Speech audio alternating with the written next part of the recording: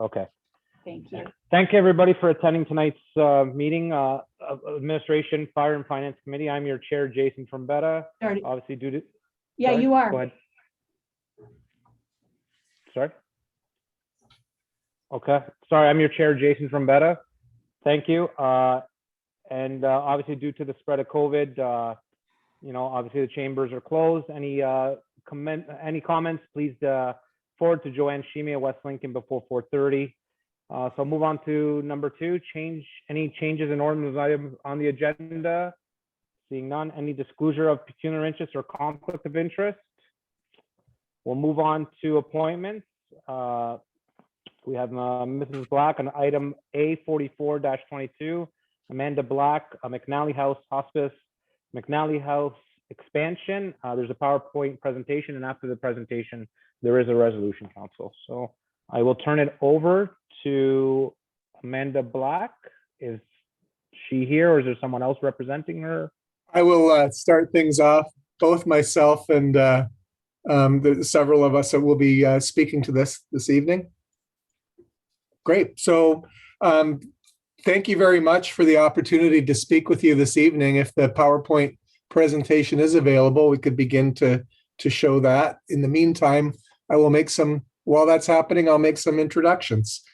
So my name's Murray Bain, and I've been part of the West Lincoln community for working in Smithville at Standpack for almost 40 years. So quite familiar with many of the faces on the screen this evening. And again, thanks for the opportunity. I'm joined this evening, and I'm coming as a co-chair of the Life in Every Moment campaign, which is a campaign that McNally House is embarking on, and very exciting. So with me this evening is Debbie Zimmerman, who is a co-chair of the campaign, and Pam Blackwood, who is our executive director at McNally House. So we're here to share different parts of our presentation with you. So if we are able to show the first slide, that would be great.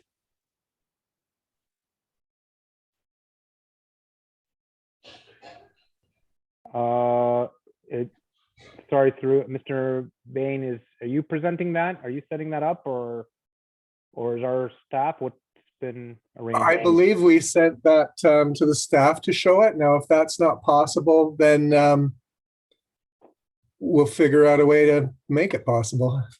Madam Clerk? Sorry, Mr. Bain. Normally the presenters present their PowerPoint. Okay. Then you have control of it. Super. We don't know when you to. have it handy, or do you want me to grab it? Here you go, Murray. Hang on. Sweet.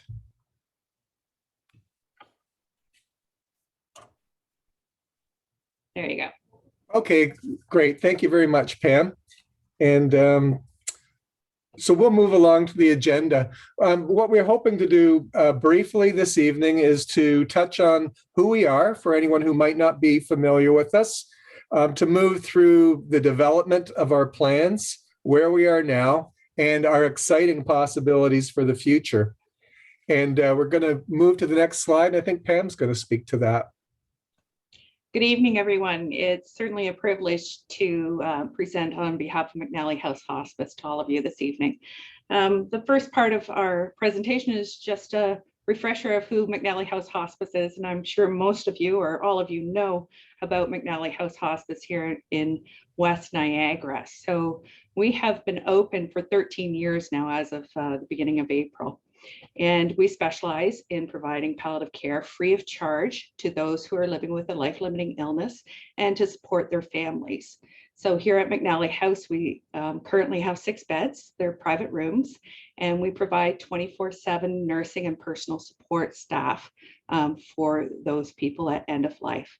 Our residents usually stay, or we call them residents, patients stay on an average of about 12 days right now, but certainly we have had people stay as short as 10 minutes and as long as several months here at McNally House. We are supported by about 160 volunteers providing care and companionship, and that of course is pre-COVID. These days we had to pare down our volunteers for pandemic protocols. So currently we have about 40 volunteers, but looking forward to that day when we can open up all our services again and open up to all our volunteers. So since 2008, we have cared for over 1,100 people along with their families and loved ones. And when we say their families and loved ones, for about every resident we've cared for, patient we've cared for, there's about 5 family members that we provide support to as well. So our goal in providing palliative care is to help manage the pain of a resident, address their fears and anxieties of their diagnosis of a life-limiting illness, and then we support their families through loss and bereavement. Most of you will know we're located on the same campus as West Lincoln Memorial Hospital, and Deer Park Villa is right beside us as well. We have a very strong partnership with the Niagara West Palliative Care Team. That is the palliative care team that works out in the community and in the hospital and works alongside us here at the hospice. And they work alongside everyone in the hospital and provide specialized end-of-life care to those out in the community. We also, what a lot of people don't know is, along with the Niagara West Palliative Care Team, we share a bereavement and psychospiritual clinicians with West Lincoln Memorial Hospital. We have a working arrangement that we share half time between those 2 positions. I'm going to put it over to Murray, and he's going to go through the next part of our presentation. Thanks, Pam. So there is a big challenge throughout Niagara considering hospice care. As communities of West Niagara have grown and our residents age, McNally House has reached its capacity. And over time throughout Niagara, that problem will only increase. Ontario's Auditor General recommends 10 hospice beds in a community for every 100,000 people. Currently, Niagara has 3 beds per 100,000 people. So in 2017, McNally House began the journey of planning for expansion, and we received a commitment of $1 million from Blair McKeel towards our goal of our growth. Next slide, please. The existing McNally House 6-bed hospice will be converted into an all-new day-bed hospice. And that's a real transformative approach to how hospice care is delivered. And I'll expand upon that in a few slides. And also, the next thing will be a new 10-bed residential hospice, which will be constructed, and it will increase our residential care capacity by almost 70%. Next slide, please. So together with the rebuilt West Lincoln Memorial Hospital and Deer Park Villa, the expanded McNally House will form part of a complete campus of care. Next slide, please. So the Campus of Care project, it envisions a hub of care covering the community from the beginning of life through the end of life.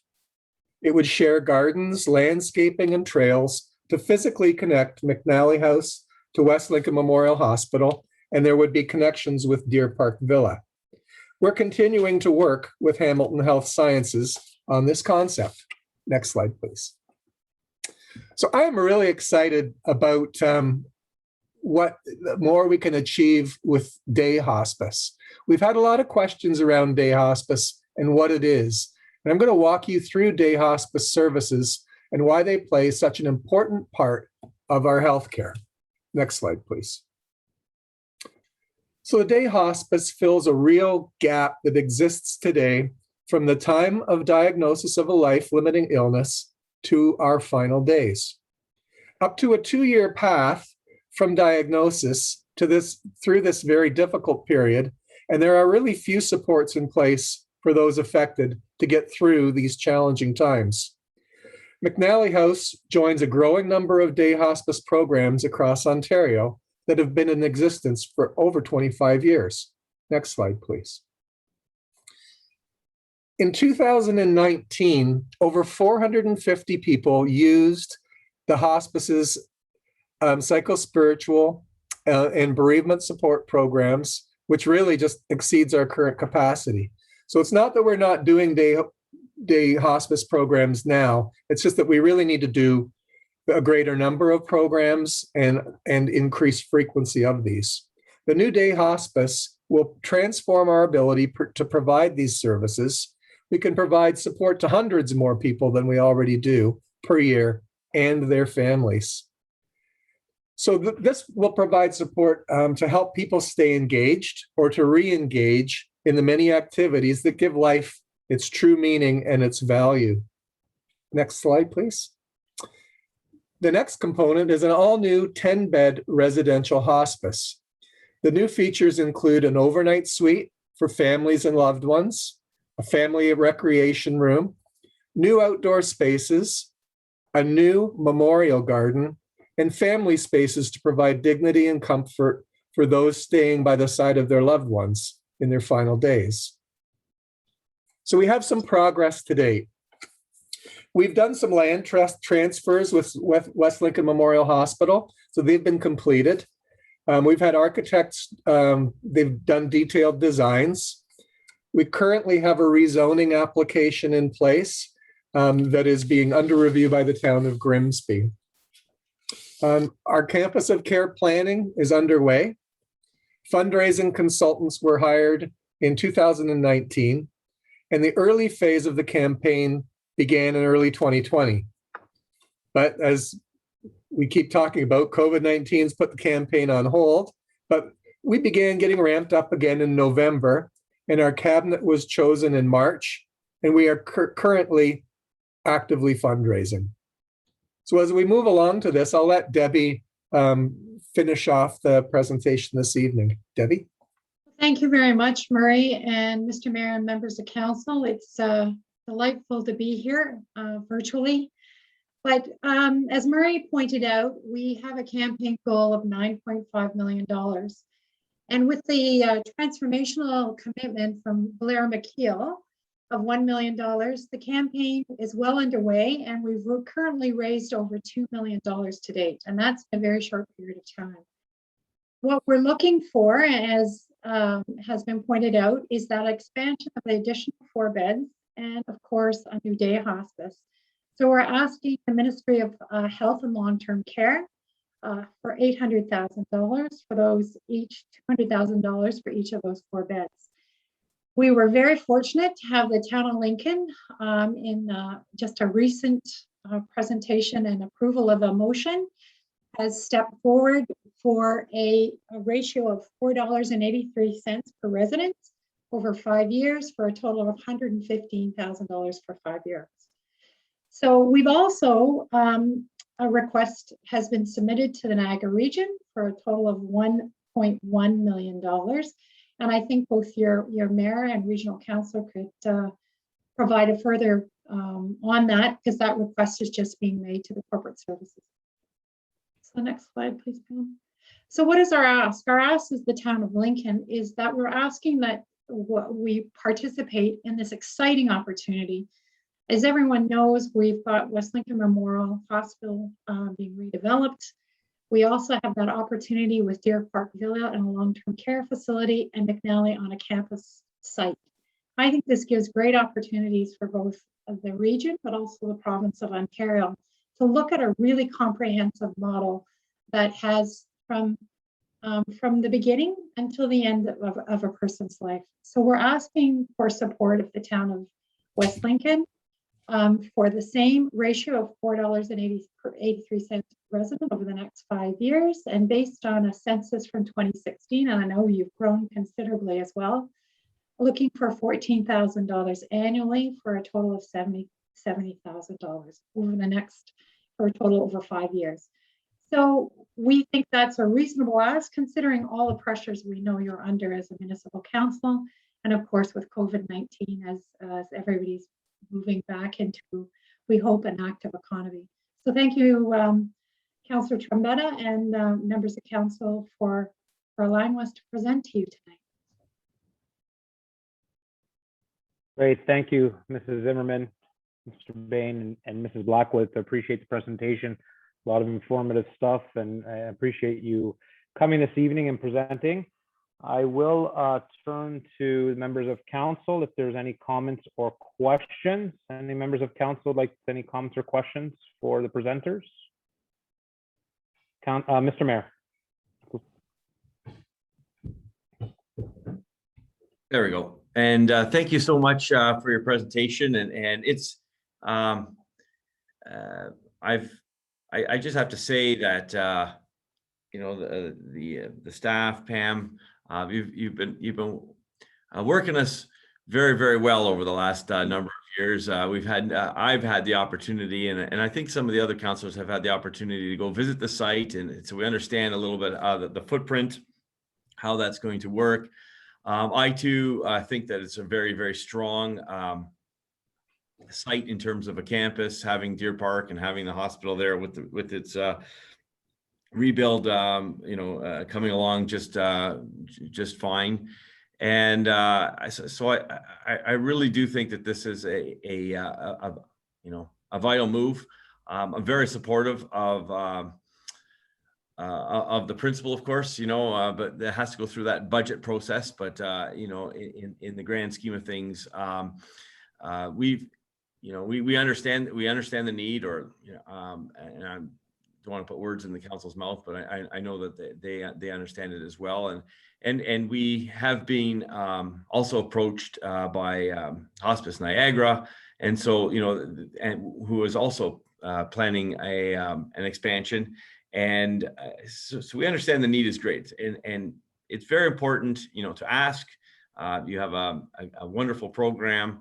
Now we have to do the hard work of making it work on our end, and so I thank you for the presentation, and I look forward to working together with the council to see what we can come up with, and staff, of course. Thank you so much. Thank you. Thanks, Dave. Thank you, Mr. Mayor. Anybody else, members of council, would like to make any comments? Seeing none, I'd like to thank you all for the presentation. Much appreciated. Thank you for presenting this evening. We do have a recommendation.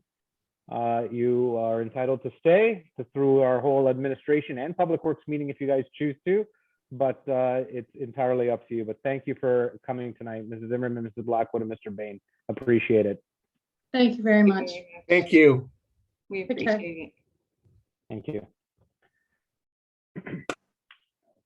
Okay, members of council, we do have, following that, we have a recommendation that the correspondence received from Amanda Black, McNally House Hospice regarding the McNally House expansion dated June 21st, 2021 be received for information. I need a mover for that, Mr. Mayor. I get a seconder for that, Councilor Rayner. Any comments or questions? Seeing none, all those in favor? And that carries. Thank you.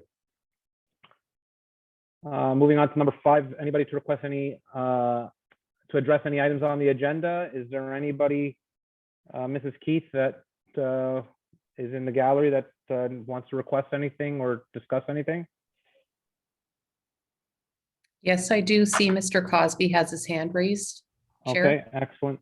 Okay, thank you.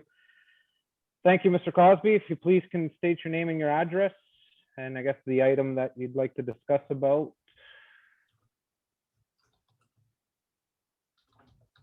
Is he? There he is. Okay.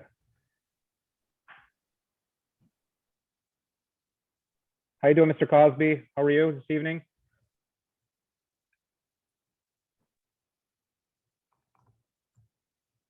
Maybe some audio troubles there.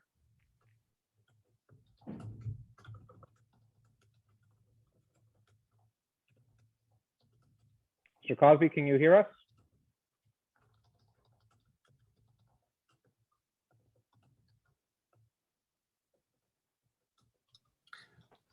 Mr. Chair, if he Roberta, troubles, maybe he could type his question into the chat and you can read it out.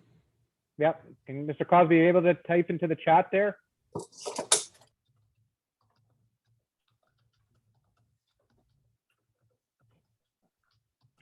Roberta, anything on your end, or? He's not muted on our side, so I'm wondering if he is having audio issues. Okay, Mr. Cosby, if you want to maybe log off and log on again, we can wait patiently if you'd like to, or. Maybe that sometimes does it. You've muted yourself now. I can see the. Sorry, Councillor Gannon, you have your hand up. Did you want to? I was just going to say that I know that Mr. Cosby is very interested in the item about looking at fires in relationship to farms. He was going to try to get on because he was going to ask his own questions, but I do have some notes from our conversation that if he's not able to get on, then when we come to that item, perhaps I can ask on his behalf, Mr. Chair. I don't have a problem with it. I hope Mr. Cosby, I hope he doesn't have a problem with it, but If he can get on, that would be wonderful. And if it doesn't work, I'll do my best to express his concerns. okay. Does anybody have his phone number at all? Like, do you have his phone number possibly, Councillor Gannon, maybe quickly, a cell number? Mr. Chair, maybe if we went on, we can maybe do something unconventional tonight, and maybe when we get closer to that, if he's able to relog on and regain audio, then maybe you could permit him that exception. Maybe that would be a way of keeping moving. I don't have a problem. If someone has a number, maybe you can give him a call, or, but if not, then I'll continue on. Thank you, Councillor Riley.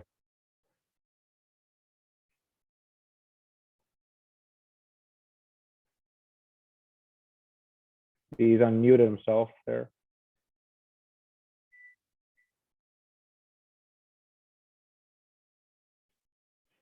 Okay, well, sorry, Mr. Cosby. Maybe Councillor Gannon, did you want to just state maybe some comments, maybe?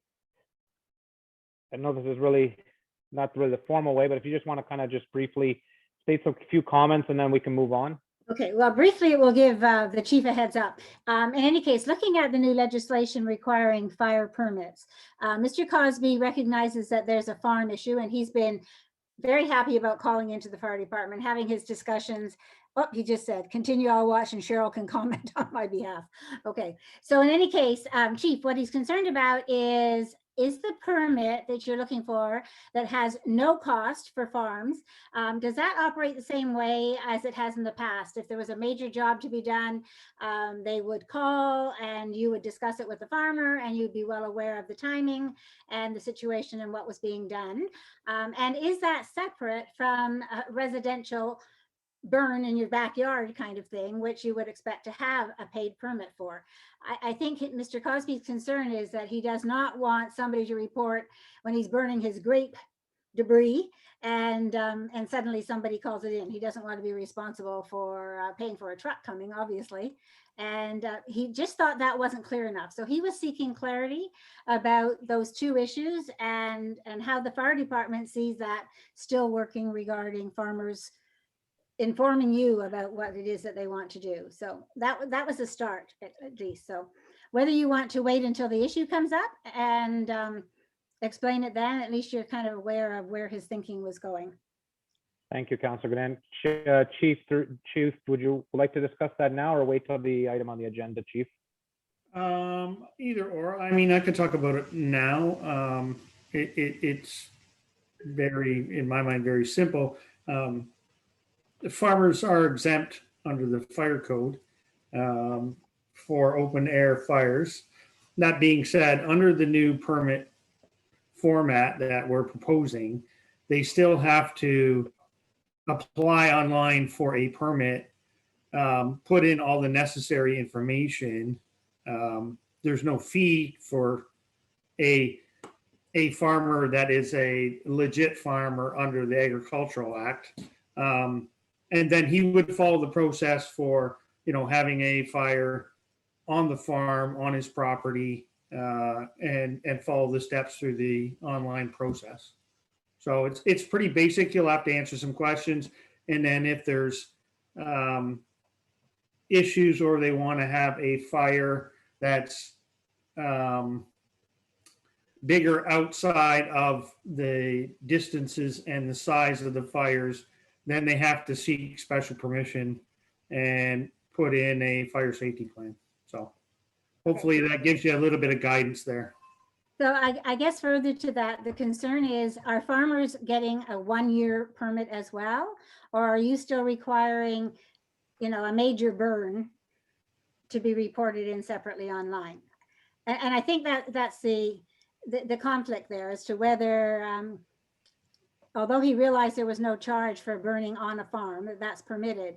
The difference was the length of time for the permit. I think he was very comfortable with letting the fire chief of the day over many years know what it was he was planning to do and when he was planning to do it. Now he's not so sure how that works if we're looking at a longer term permit period. So through you, Mr. Chair, to Councillor Gannon, the permit would be the same permit that is issued for the rural and urban area. It will be a 1-year permit. So he would do it once and once only. And then, like I say, he's going to have to put in some details of some specifics on the permit, but it will be only a one-time shot annually. okay, I think that's the gist of what it was he was asking, but if there's more, I'm sure I will hear from Mr. Cosby. So thanks, Chief. So Thank you, Chief. just another question, if Rob happens to hear me. Rob, you can reach out to me at the office if you need some more clarity on it. Thank you for that as well. Thank you, Chief. Hope that helps, Mr. Cosby. Thank you, Chief, for that update. I'll move on. Is there anybody else that wants to address any items, Roberta?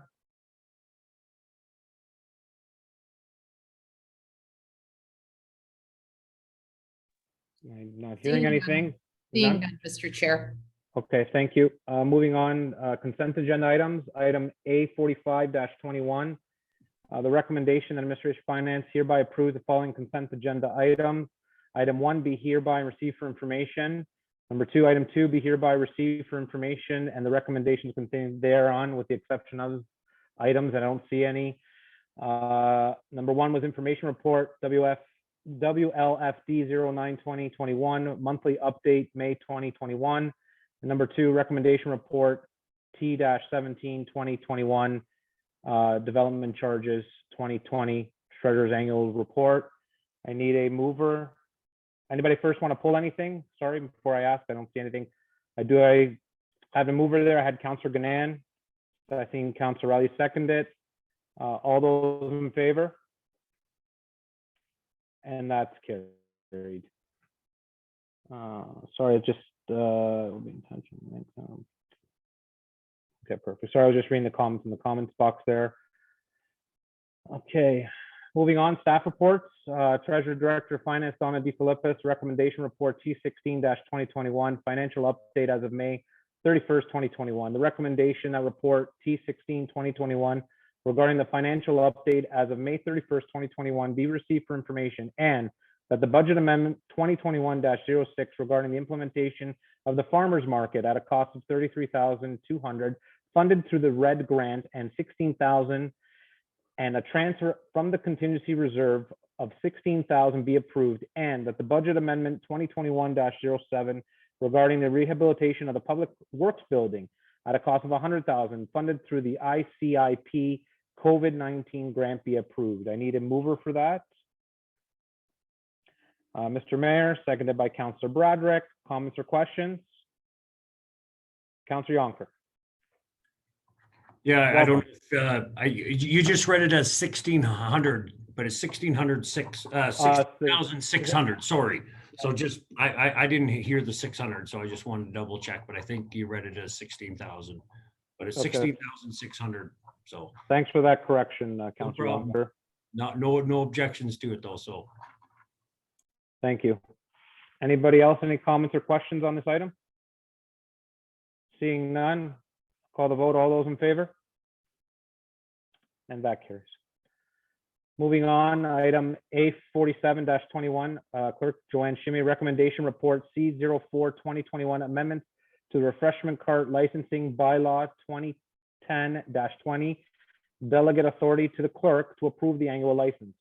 This recommendation that the report RFD C04-2021 dated June 21st, 2021 regarding the amendments to the refreshment cart licensing bylaw 2010-20, delegate authority to the clerk to approve annual licenses be received, and that section 2D5 license and application fee of the bylaw 2010-20 be amended by deleting this section and replacing it with the following proposed new and revised section 2D section 5, that council shall hereby delegate authority to the clerk and or designate to approve every application for an annual or daily temporary license for a refreshment vehicle, refreshment cart, or refreshment cycle, provided all other regulation requirements of this bylaw are met.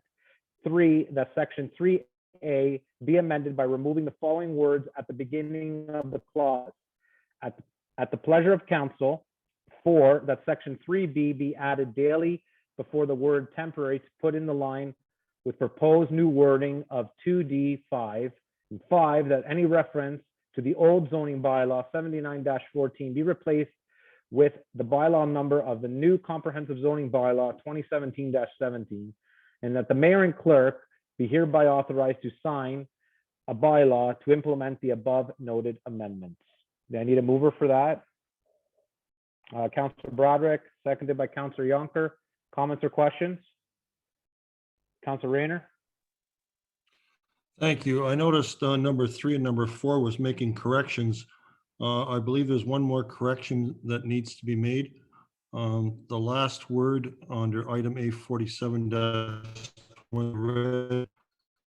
clerk to approve annual licenses, that's spelt American. Recommendation, the third sentence down, licenses, that's spelt Canadian. So if we're making corrections, I guess we should understand which country we're in. Thank you, Councillor Rayner. Appreciate that. I have a few comments for this. I'm glad this is finally coming. I thank staff. I know this is one thing that I've been pushing for on my term of council. We've been having a lot of licenses. I thought that, you know, council was approving for hot dog vendors and so on and so forth. I think that this is something that staff can sign these licenses, you know, and approve these. So I'm glad this is finally here. Hopefully it passes, and you know, and maybe it's one little less writing section it needs at council, I guess. May I want to put it. So I'd like to thank that for coming tonight. So seeing anybody else comments or questions? Seeing none, all those in favor? And that carries. Moving on to item A48-21, Fire Chief Dennis Fisher Recommendation Report, WLFD 10-2021, Open Air Fires Bylaw, recommendation that report WFLD 10-2021 regarding Open Air Fires Bylaw dated June 21st, 2021 be received for information, and that council adopt a bylaw to regulate the setting of open air fires in the township of West Lincoln, and that the mayor and clerk be and are hereby authorized to sign an agreement with Fractal SAS Inc. Fire Permit Online to provide online fire permit services, the cost of which to be offset by the collection of the fire permits fees and any penalty of revenues that are received. I need a mover for that. There we go, hands up, there we go. Councillor Ganahan, and seconded by Mr. Mayor. Comments or questions? Mr. Mayor. I just wanted to say this is a step in the right direction towards efficiency, and kudos to staff to get this done so that they can divert their time to doing much more you know, necessary work for the municipality. So I think this is great. Excellent. And Councillor Riley? Thank you, Mr. Chair. Yeah, I guess to echo the mayor's comments there, I'm very happy as well to see this come forward.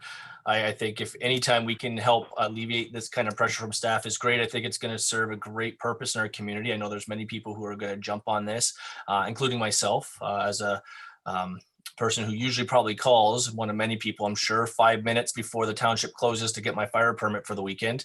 I definitely going to take advantage of this, and so I think this was, you know, obviously a long time coming, and here we are finally, and I think it's gonna be received well in the community. I do have a question though, and I think it's probably going to go through you, Mr. Chair, to our Director of Finance. But in understanding that 10% of the fees actually going to the company that is I guess fire permits online, does that 10% include the debit and Visa charges, or is that going to be additional to the township portion? Through you, Councillor Chairman Trombetta, to Councillor Riley, the way this program works is the fees related to the credit cards is all incurred by fire permits online.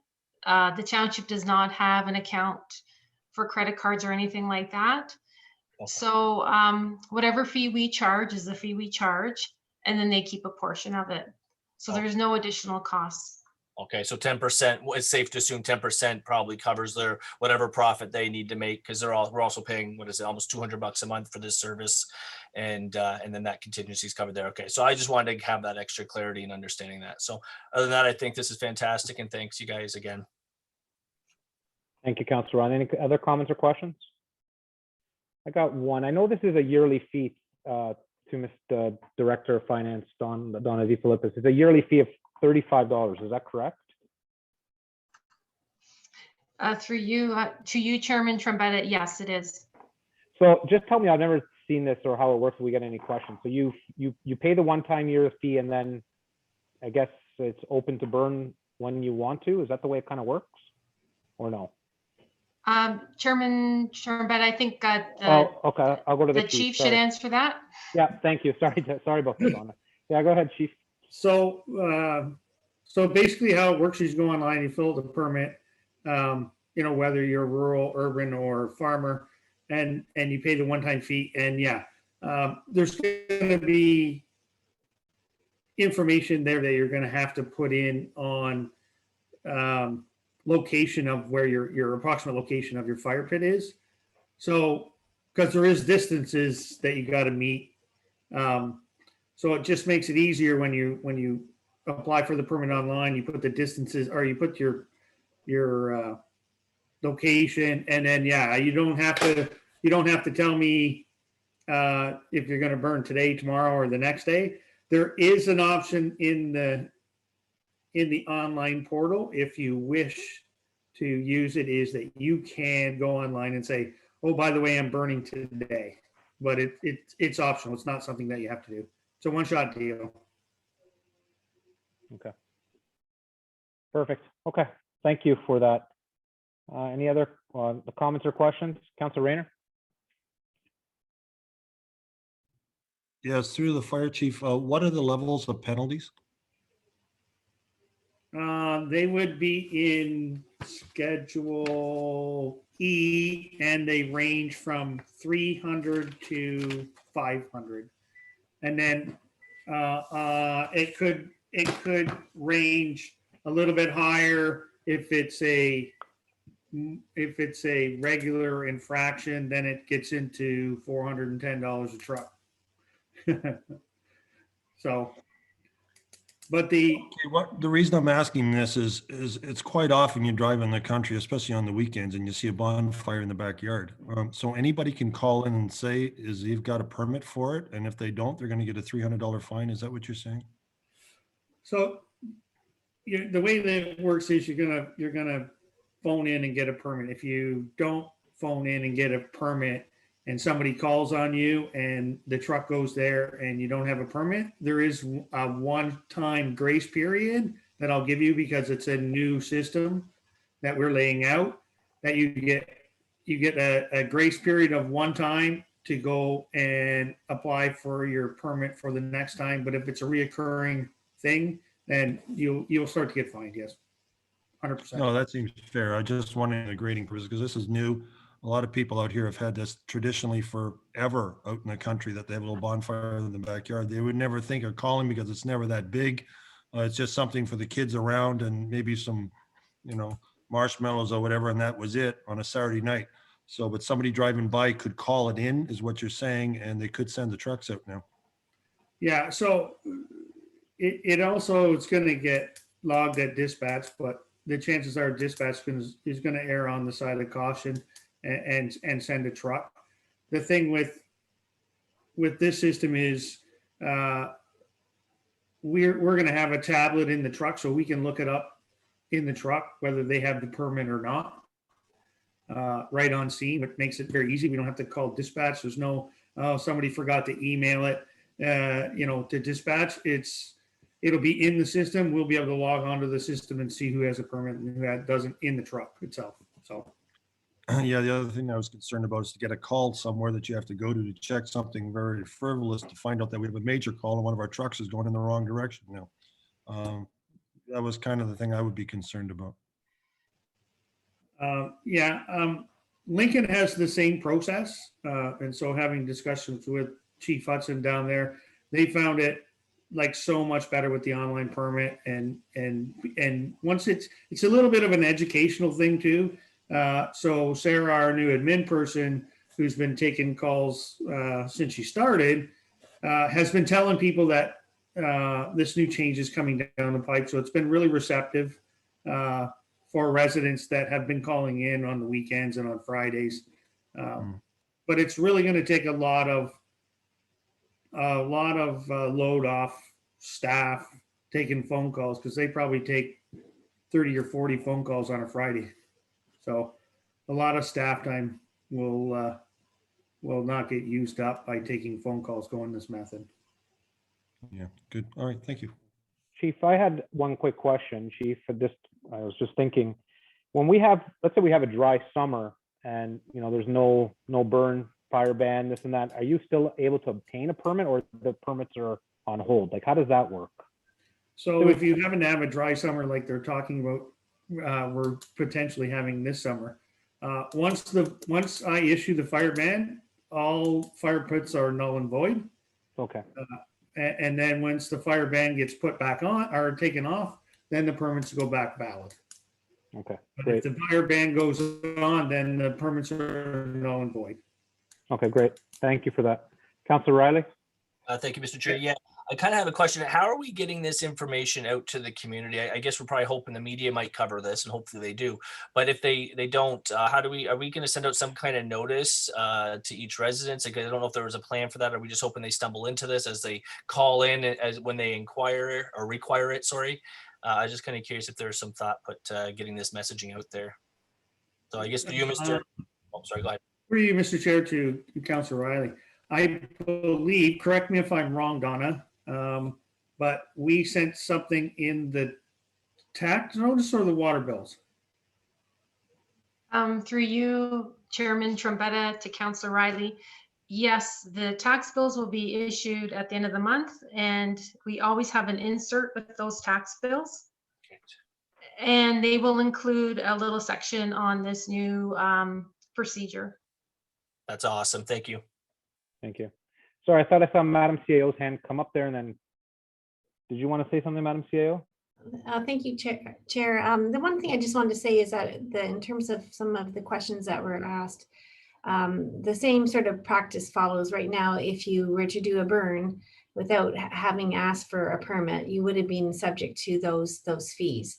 So the same sort of thing is being applied through this process. It's just way more straightforward, and the data is way easier to collect. So that was all. Okay, thank you. Seeing any other comments or questions, I'll call the vote. All those in favor? And that carries. Moving on to other business, Madam CAO, employee professional accomplishments. Jessica Dyson, Deputy Clerk. Completion of Municipal Administration Program, MAP, Unit 2, Municipal Administrative Structure. Madam CAO. Yes, this is a highlight of my month when I get to talk about the great things that staff have done. And Jessica Dyson has completed another unit in her municipal administrative program for AMCTO.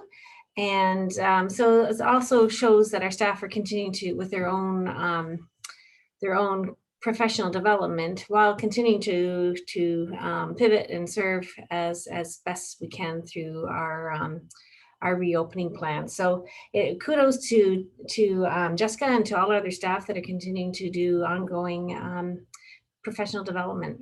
So thank you. Thank you. And congratulations, Jessica. Thank you.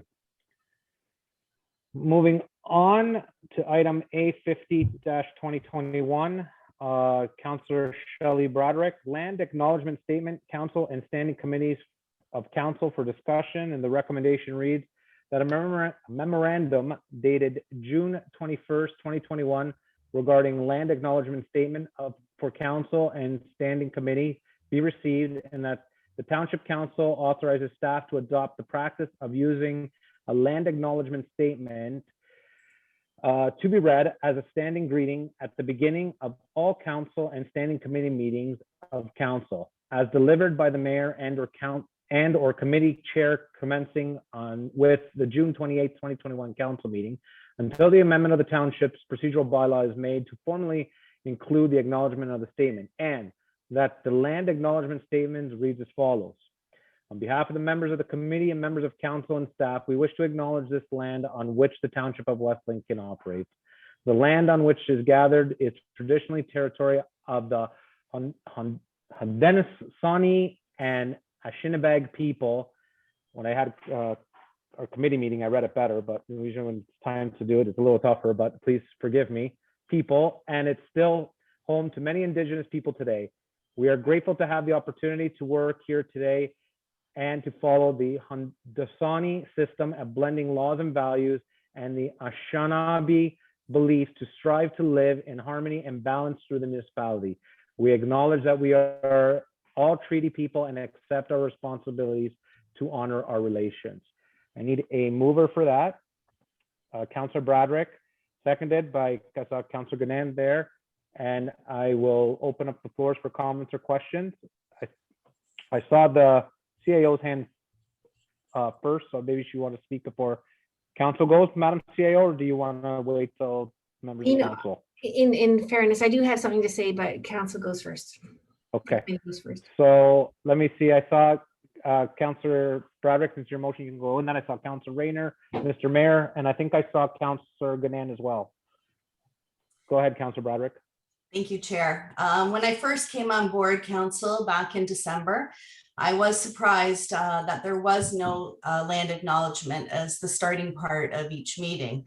But, with the business of my first parts of being on council, I had put it aside. But upon hearing of this devastating news from Kamloops, British Columbia, when the bodies of 215 children were discovered, I reached out to the clerk, Joanne Shime, to discuss bringing this forward. I was so pleased to hear that a lot of the legwork was already done by Joanne and her team, and that is what has been brought forward to you guys tonight. What is really important to note is why making a land acknowledgement is important. It's a small but important first step in reconciliation process between Canada's Indigenous people and those who came later. As we move into the further into the 21st century and place so much emphasis on welcoming recent newcomers to our country, it's important to more than ever to look back and acknowledge the early atrocities that were committed against our nation's original inhabitants. We cannot truly celebrate being Canadian until we recognize our history, including the shameful parts that we might rather forget. Remembering to acknowledge the inhabitants whose land we've built our lives on is but one small thing that we can do to reconcile an ugly past and a hopeful future. And coincidentally, I do have something to share with you, if I can share my screen ever so quickly. Go ahead, Councillor Bradrick. Yeah. If I can do this, let's see. I'm sorry. I'm sharing, but not what I wanted to share. You're probably seeing not what I wanted to share. I'm going to have to step aside from sharing and perhaps, yes. Are you trying to share the tab that's in the top right corner? Can you see my tabs? I can. If you go to the right corner, I think it's, if you click the one that says school. Okay, you know what? My screen sharing was right across there. So this is our beloved councillor, Councillor Ganand's granddaughter, and she has made a video that is on YouTube. So I'm going to play that for you now. That cruel school. They don't care. They take their hair, their voice, their happiness, their freedom to live with people they love. Every night they cry themselves to sleep when they speak to each other. A great whipping, more chores. wipes off even the smallest smiles on their faces. Those cruel, cruel people. How can they do this? Why do they do this? It is not fair, but they don't care. No, they do not care. The past is not pretty, so please make the future bright for these strong, brave people who knew how to fight. Not with fists, that is not the way. With hope that they would make it out okay. Be fair, be kind, because the past is ugly. So please, please make the future bright.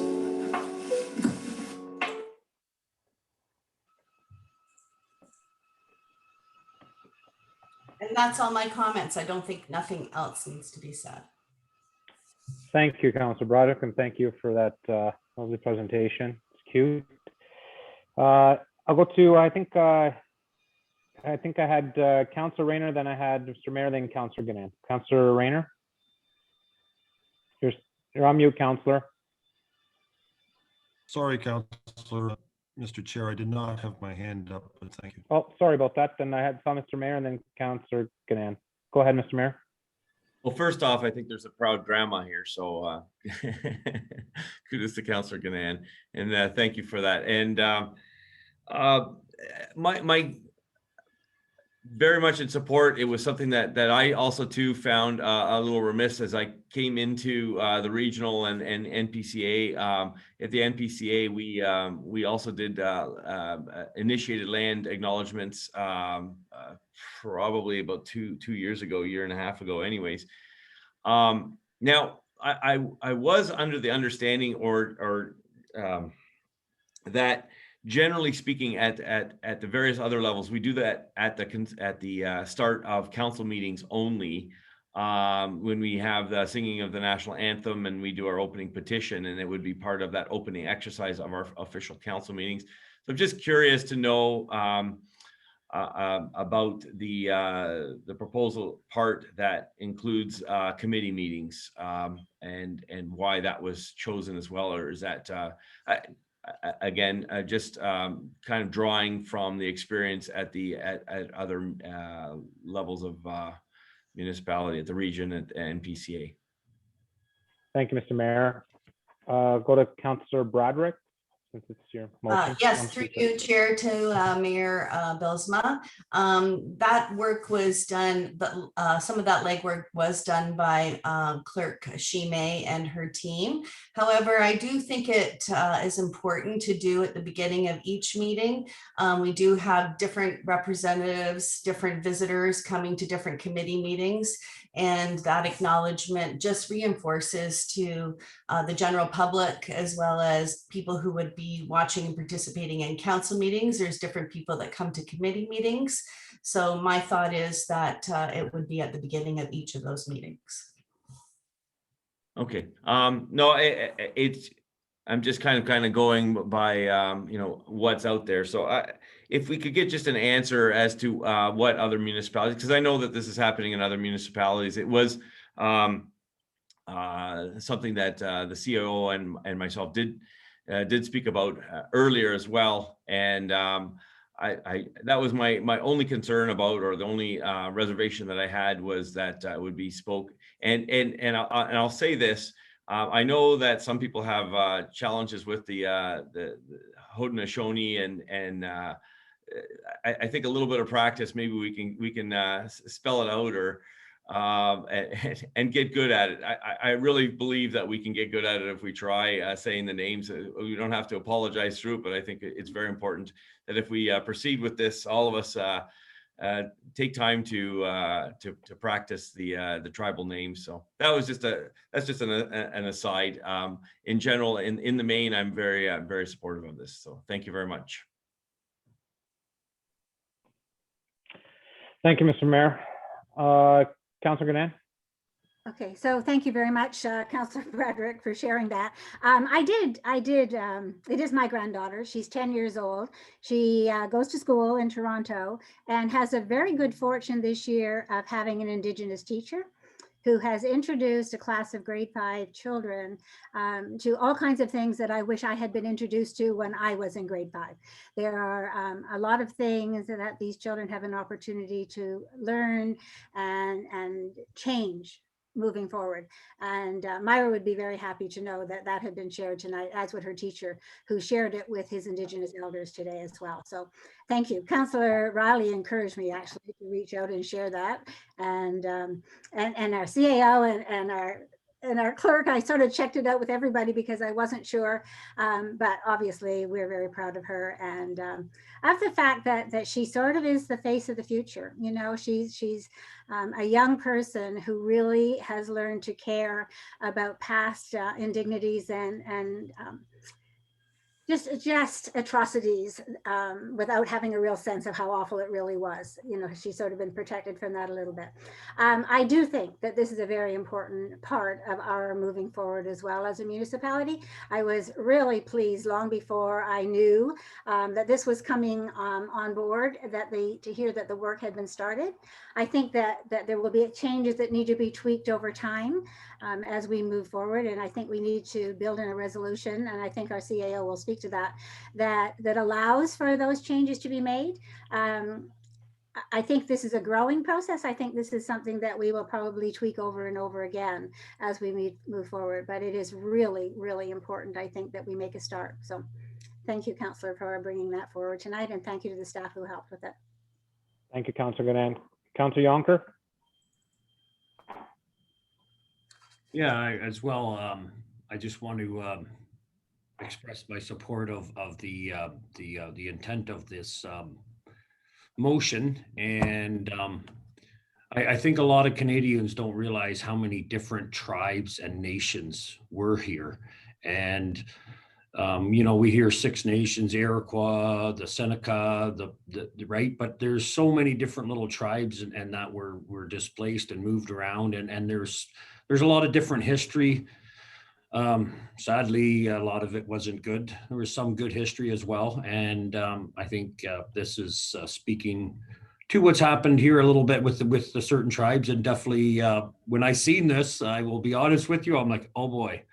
I know how I'm going to have to do that to read those. Definitely what you need to do is find the old language and break those vowels apart and then work with them as a separate word almost and try to flow them together. And also I'm definitely glad to see that this came forward. I, for one, enjoy history, even the sad part of history. We all need to learn from it, right? And move forward in bringing Canada to a better place. And I think this is part of that as well.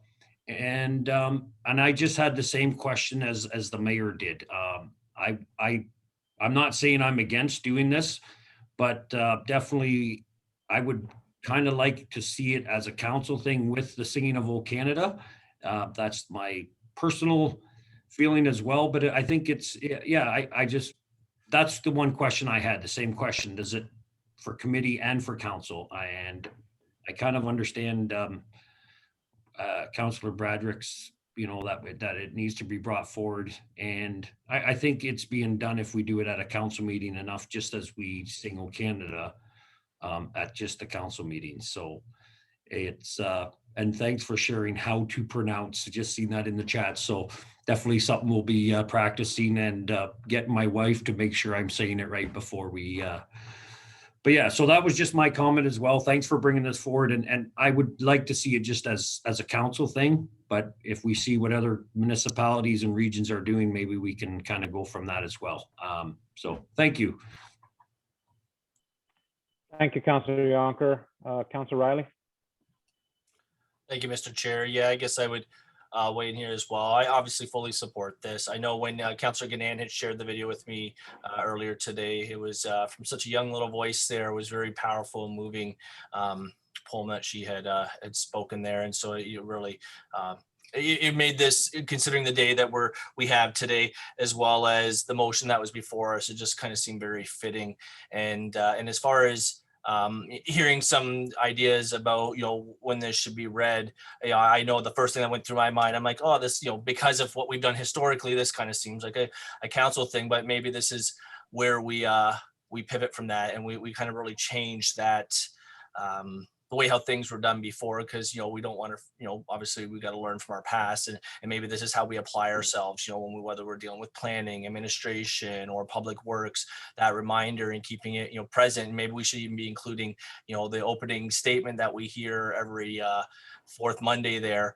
Maybe that should be part of it as a constant reminder to us and future committee and council members as well, of why we're here and what we have to do when we're here, and really stating our purpose and mandate. So I fully support this. To me, whether I know when I was reading some of those words, I was already trying to research online how to say it, because I think I'm probably very easily will accidentally missay those.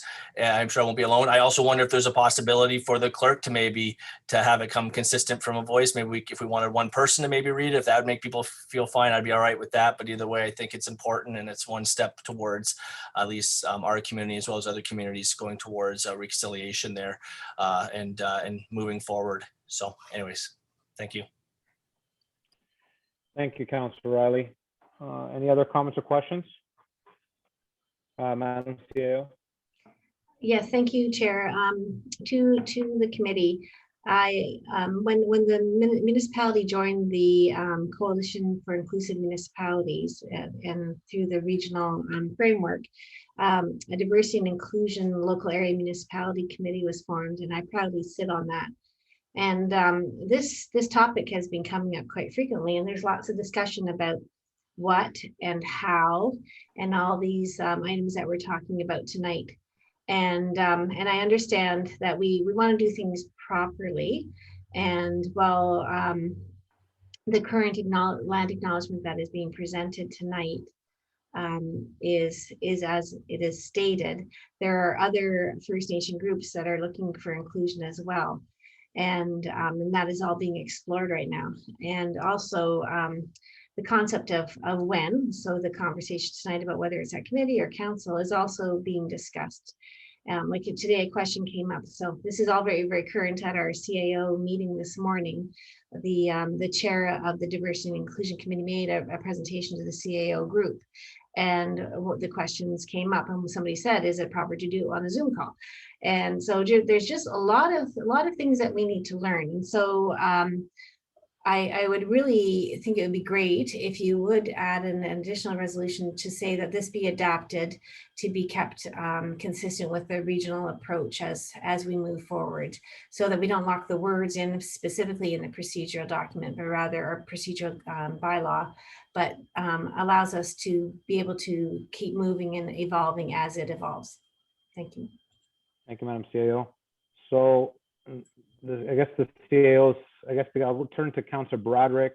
Because it's your motion, did you want to add an amendment to that, or is any other member of council would like to? I'm absolutely fine with modifying it according to what Madam CAO has recommended, to give us a little bit more liberal opportunities going further if anything needs to be changed. So perhaps maybe looking to the clerk to add that wording and modify the resolution or the recommendation. Madam Clerk? Thank you, Mr. Chair. I do have an amendment prepared here. I can read it, and if it's okay, then we'll have a mover and seconder. So the amendment is that the recommendation as provided in Councilor Broderick's memorandum relating to the land acknowledgement statement for council and committee standing committee meetings be amended by adding the following recommendation 4 to read as follows: that the land acknowledgement statement to be read at council and standing committee meetings be amended from time to time to be consistent with the regional land acknowledgement to allow for changes as this matter evolves. Okay, do I need a mover for that?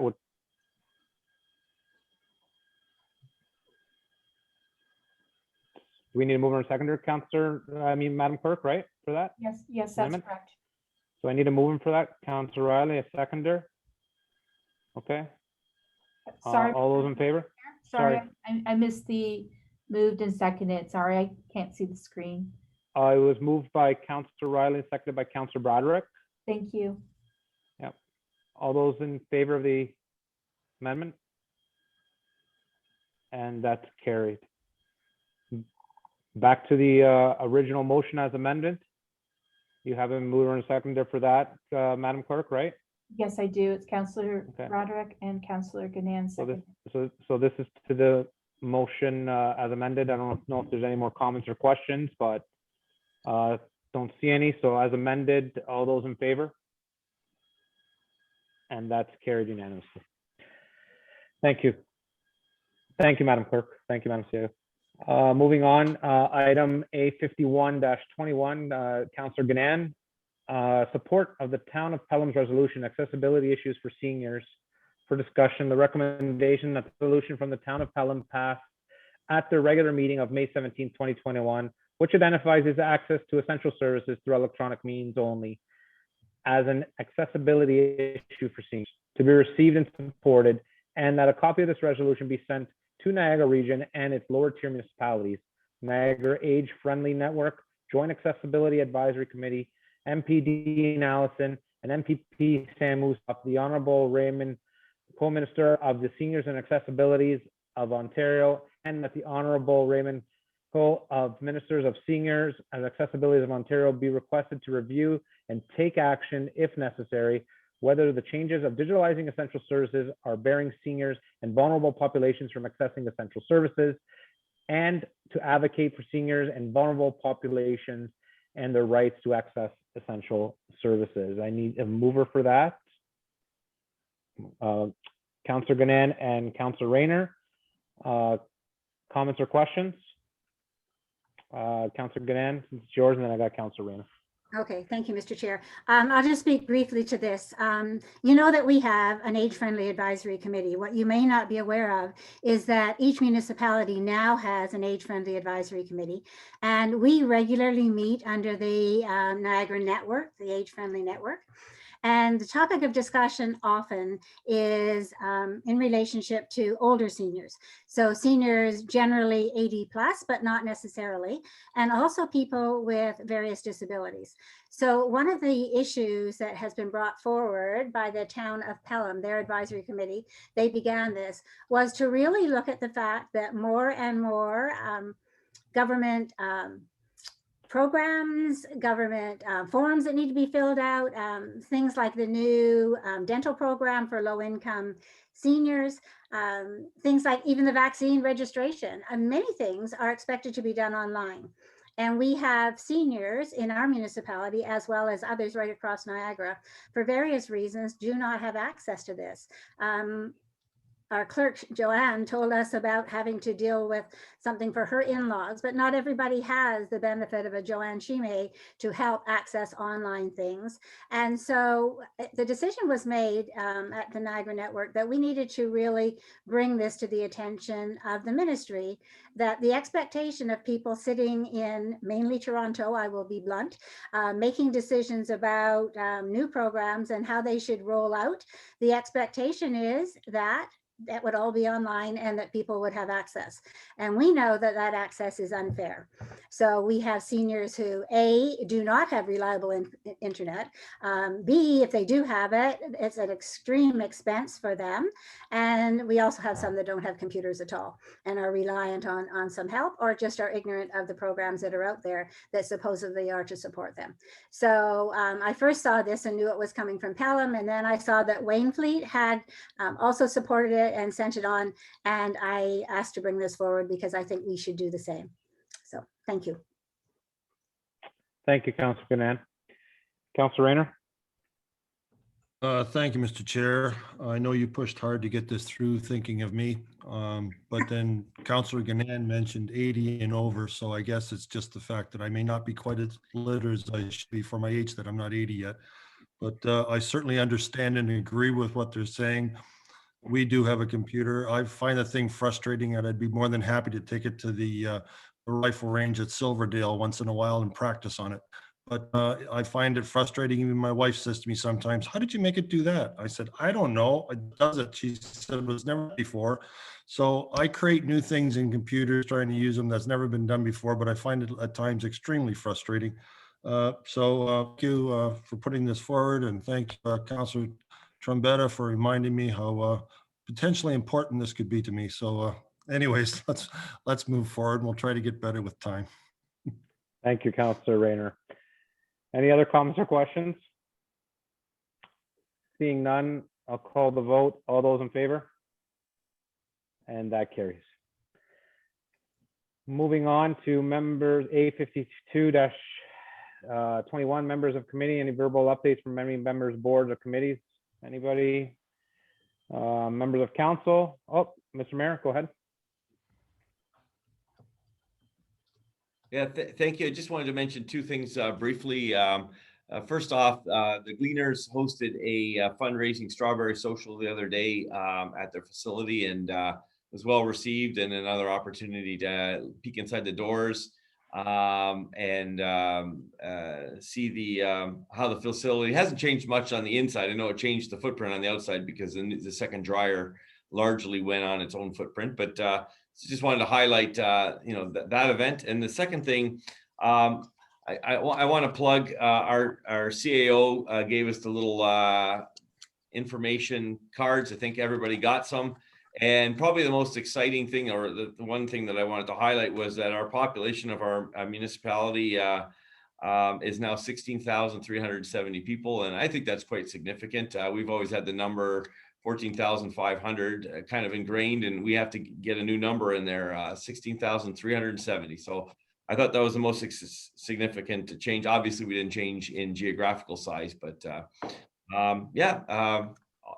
well done. So I just wanted to highlight that again. Thank you, Madam CAO, and no further, Mr. Chair. Thank you, Mr. Mayor. Moving on to members of council, A53-21, any other business of items of informative nature? I saw Councillor Yonker there. No, basically, I was just going to verbal updates from members of boards and committees. Was just going to let everybody know that tomorrow there's West Lincoln Chamber of Commerce has got and I'm going to call on either our CAO or our two, because I wrote down the notes that I received from Denise, the executive director, and then I rushed out of work because I had a truck breakdown and forgot some stuff at work, and that was my notes.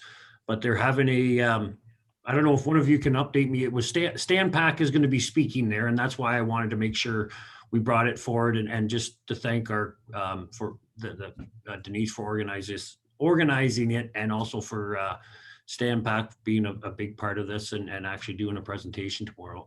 Can I call on you? Thank you. You're rescuing me there. Yeah, we all received a call today from Jackie, so I'll turn to the CAO. Sorry, I jumped ahead there, Councillor Yonker, for you. I apologize. Go ahead, Madam CAO. Thank you. So the Lincoln Chamber of Commerce, Grimsby Chamber of Commerce, and the West Lincoln Chamber of Commerce have been working collectively on many things over the last years, but quite significantly during COVID. And what they've done is they've created a series of, there was sort of a four different sessions called the Road to Recovery. And so tomorrow is one that is specifically set up to talk about our industrial businesses, and Stan Pack is a featured industry. So it'll be great to attend that. And I have to tell you, I can't recall what the next two were, but there was one also done on tourism, and our winery in Devankalos was highlighted in that. So I'm really looking forward to tomorrow's session and supporting our local employer.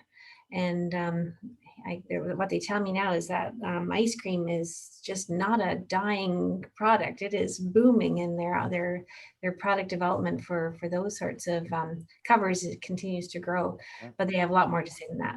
So thank you for that. Thank you, Madam CAO, for helping me out there.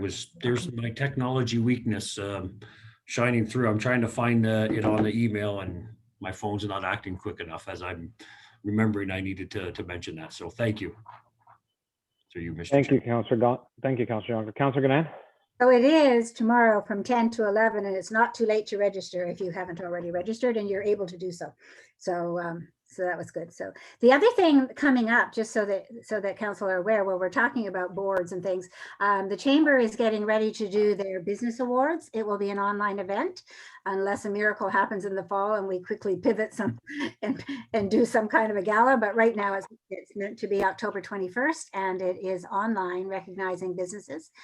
So the save the date information has gone out. Perhaps you saw it, perhaps you just went on by with a lot of the other things, but it is an opportunity to recognize the businesses that have managed to really thrive and survive, one or the other or both, through this COVID time. But nominations will be out.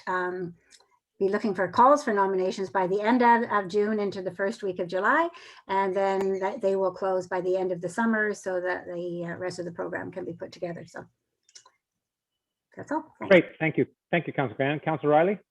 Yeah, I just wanted to mention, I heard from Jackie today as well regarding the Chamber of Commerce having their meeting tomorrow night, and I had expressed or I've sent my regrets. Unfortunately, I think Councillor Rayner and myself will be in attendance at our MPI meeting. We're having our first in-board meeting since all of this started, so they have everything set up for socially distance wise, but if anybody can pass along our regrets, unfortunately, we'll not be able to attend tomorrow, but we'll be there in spirit. So just thought I would share that as well.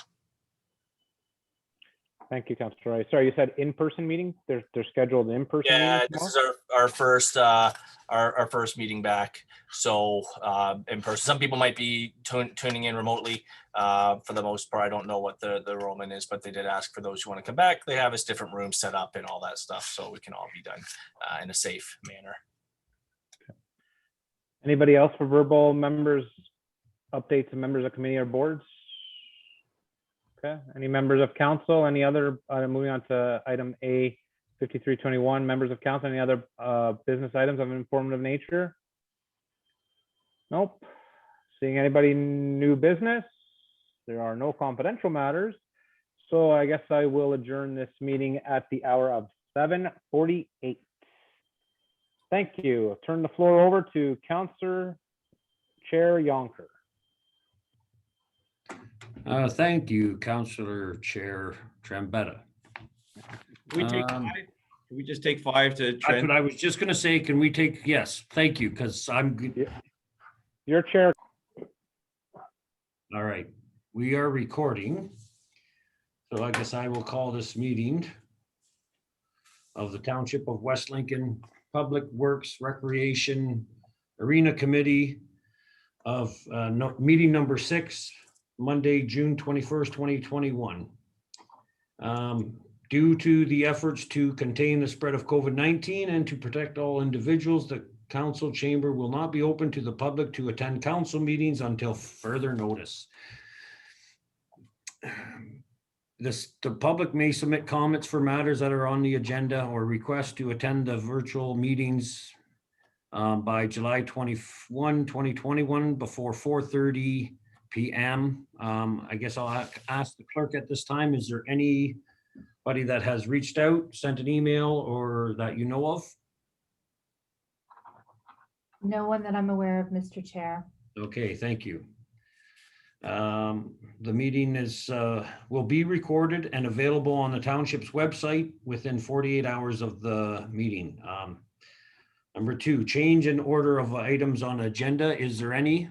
I don't see any.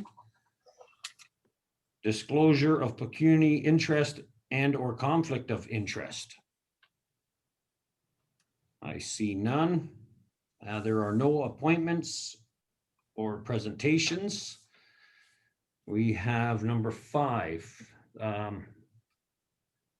Instead of reading it all, is there any member of public present who wishes to address any items on the Public Works Recreation Arena Committee? I guess I can ask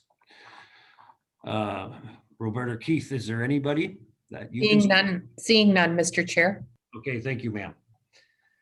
Number 6, consent agenda items. All items listed below are considered to be routine and non-controversial and can be approved by one resolution. There will be no separate discussion of these items unless a council member requests it, in which case the item will be removed from the consent resolution and considered immediately following adoption of the remaining consent agenda items.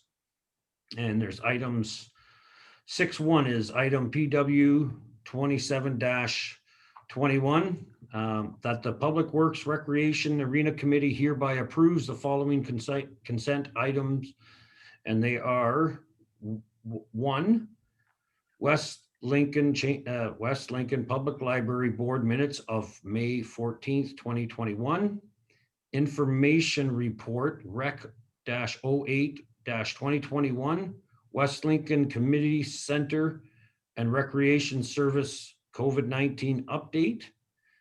And then information report this is number 3, sorry, information report Rec-09-21, Canada Healthy Communities Incentive Application. That's to deal with the Wellingport Disc Golf Course update, and information report PW-17-2021 municipal drinking water license renewal. Is there anything that anybody would like to pull? We see Councillor Bradrick, you'd like to pull something? Yes, number 2, please, Chair. Okay, so that's pulled. And Councillor Gannan, I see your hand up as well. Number 4, please. Number 4. Okay. Do we have to vote to pull them, or we just pull them and then we vote on 1 and 3, correct? Okay, can I get a mover for just 1 and 3 then? Councillor Rayner and Councillor Riley as a seconder. So those 1 and 3 is moved. So Councillor Bradrick, you pulled number 2. And I just wondering if you wanted to speak to that. We just need to take the vote, Mr. Chair, first. For 1 and 3. On 1 and 3. I didn't hear. 1 and 3. Sorry. Thank you. All those in favor of 1 and 3? And that carries. Thank you.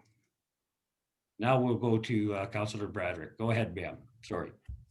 Thank you, Chair. I just had a couple of questions through you, Chair, to Director Mike DiPaolo in respect to the report. Thank you very much. It was great to see some reaching out or thoughts of reaching out by township staff to look for perhaps some community partnerships that will help us with our youth and some of the programming that they may be needing, especially during this pandemic. Thank you very much for that acknowledgement. I had a couple of questions about the summer camp. One is, was there any possibility of, first off, what are the numbers for each week? I see that you have 8 weeks, and just wondering how many children per week we're servicing, and what is the child to staff ratio for the summer camp? Through the chair to Councillor Bradrick, we're serving 24 children each week. We're doing 3 groups of 8 children. There's 2 staff members per each group, so that's your ratio. Plus, we have a lot of cleaning staff, and plus we have a lot of screening staff because we're also operating other areas of the building, like the vaccination site and stuff. So we have a lot of screeners there and stuff. So yeah, hopefully that answers your question. It's 24 children per week, 8 kids per group with 2 staff. And the reason why we have 2 staff is just in case someone calls in who can't make it to work that day, we have some backup. Absolutely. I noted from the report that it seemed like the spots filled up very fast. Was there any thoughts of expanding the program if there was a higher community need?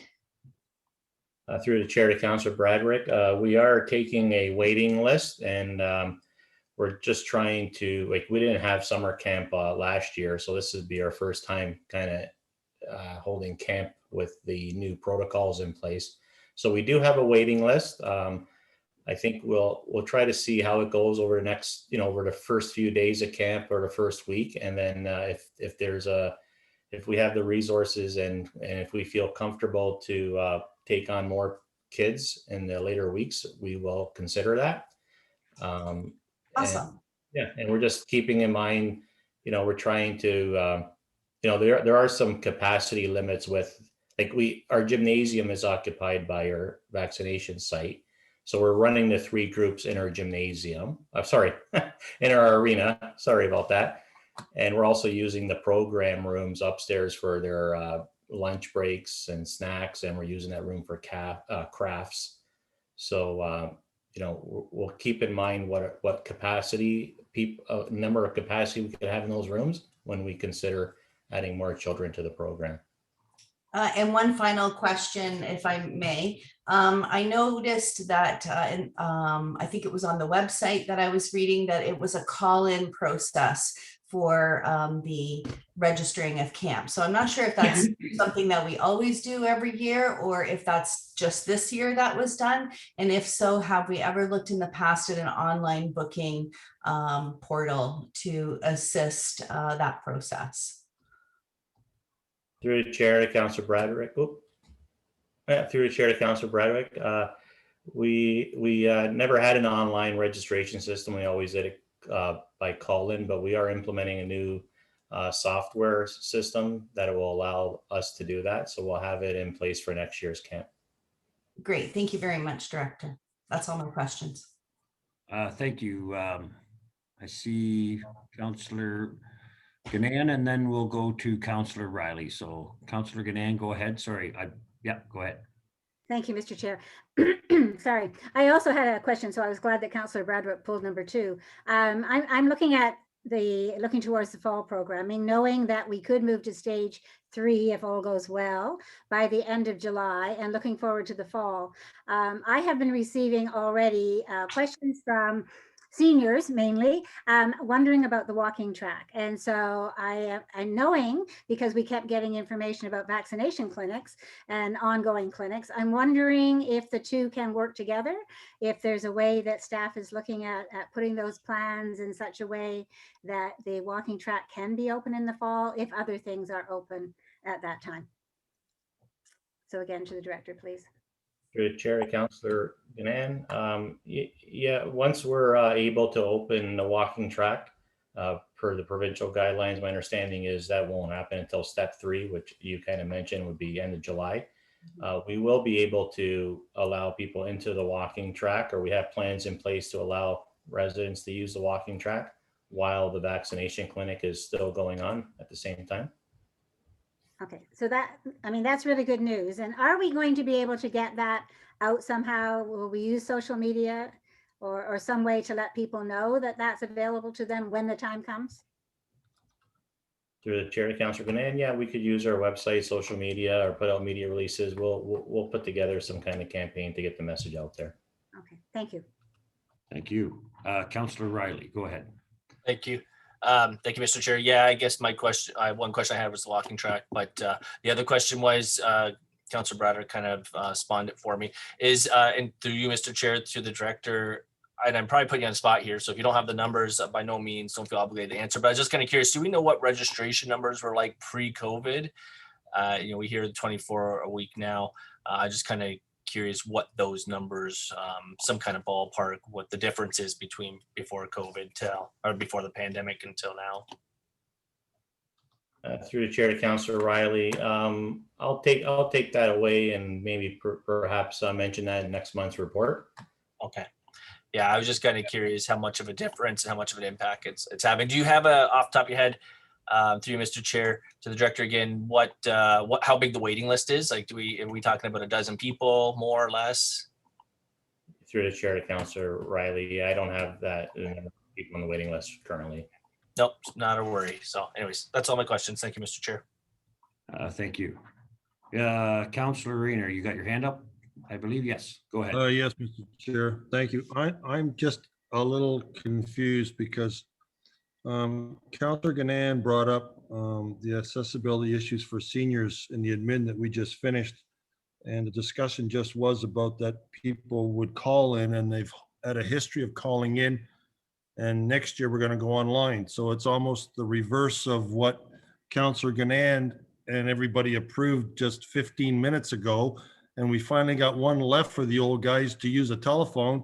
And now right away we're flipping back and saying, let's go online. So I'm confused. Like, it's either hot or cold, white or black, but these two don't get along. Yeah, so that's more just a comment, or is that a question to somebody?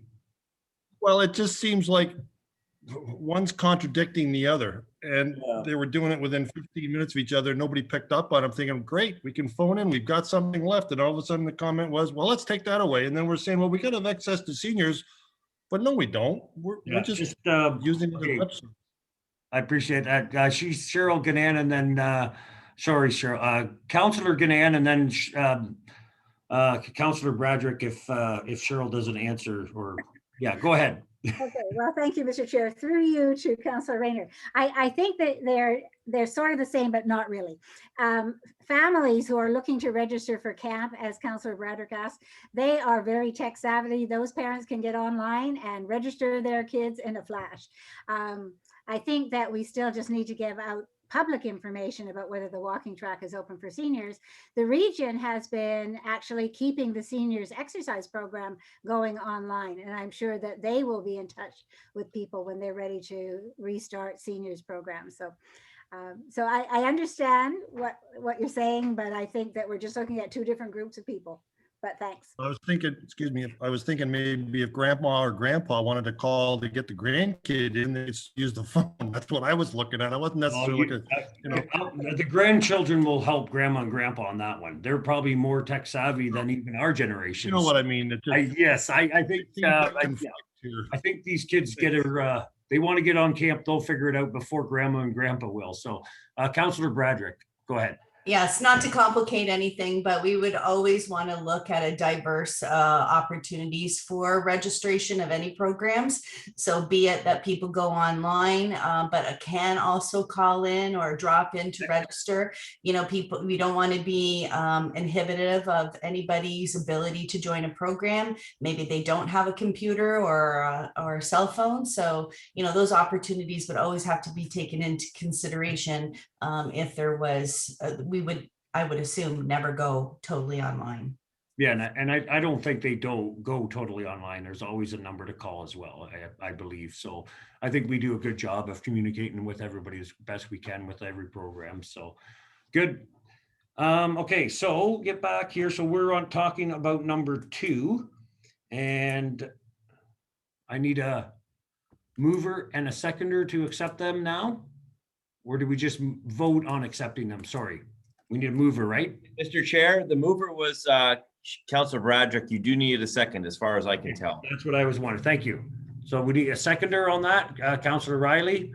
Good. All those in favor? And that carries. Thank you. So now number 4 was pulled by Councillor Ganand, and is that the seconder then? Is that the mover then as well? Is that how that works, right? Just need a reminder. Thank you. So go ahead, Councillor. Yes, a seconder, sorry. Yeah. Ganand, and then I see the mayor has his hand up. So after that, you are given the floor, Mr. Mayor, after Councillor Ganand. Okay. So I'm going to go first. I just generally always pull anything to do with our water system because our staff has been absolutely doing an amazing job year after year, making sure that we are in place to be able to have our licenses renewed or to ready for any inspections and so on. So really, I just pulled it to give kudos to Public Works and to Steve McGee and his people for being on top of this and making sure that we all have safe drinking water. Thank you. Yes, and I appreciate that you pull it and bring that up, because I was going to do the same thing every time you read that. It's a lot of work. It's a 5-year thing, so it's not something that's taken lightly, and we should never take for granted that we can turn on our tap and drink water. So that's something to definitely commend them on. Mayor Bill Smith, you had your hand up? No, I was going to second it, so Okay. that's what I wanted to do, and no further. Councillor Ganand repeated exactly what I would say. Yeah, so seconded by Mayor Belsma. All those in favor? And that carries. Thank you. I've been kind of trying to bounce in between my e-scribe and my paperwork that I printed off. I got a 6.2 that we need to do as well, correct? Or am I reading this wrong on e-scribe according to my paperwork? I think they've been moved already, right? Yes, that's correct. Okay, so 6.2 and 6.3 have been carried in the earlier in 6.1. Correct. Okay, thank you, Madam Clerk. Technology confused me too, Councillor Rayner, so good. And just like that, I believe we have no communication. Number 7, we can move on to staff reports. And we have one staff report from, it's item PW 28-21. And it is from Project Manager Ray Vekhan, if I said that right, Ray, I hope. And Director of Public Works and Recreation, Mike DiPaolo.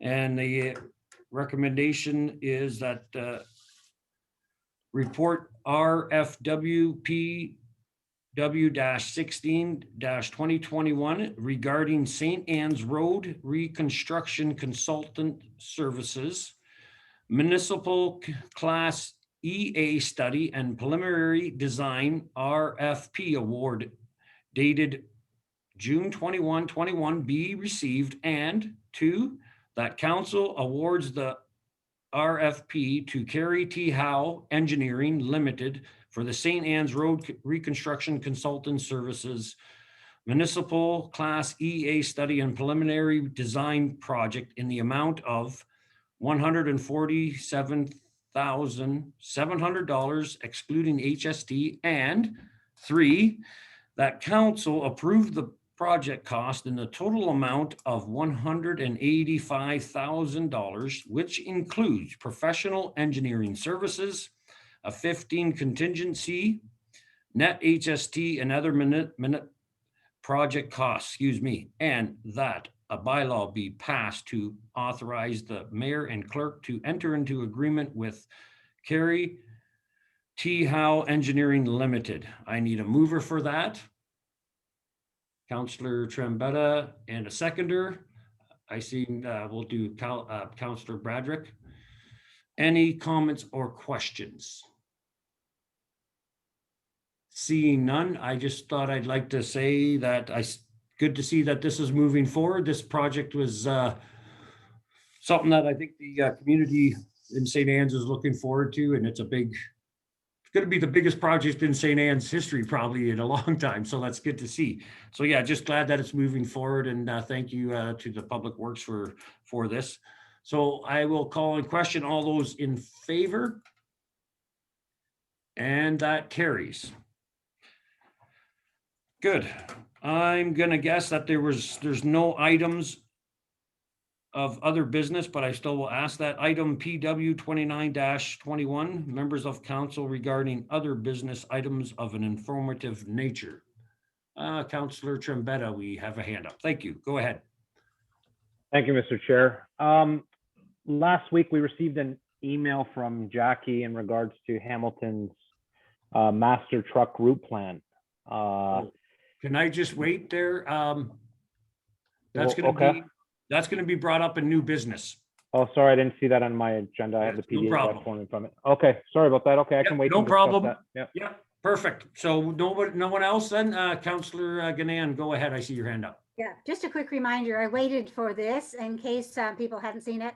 There is a drive-through barbecue at Silverdale on Friday, starting at 5 and food until 6:30.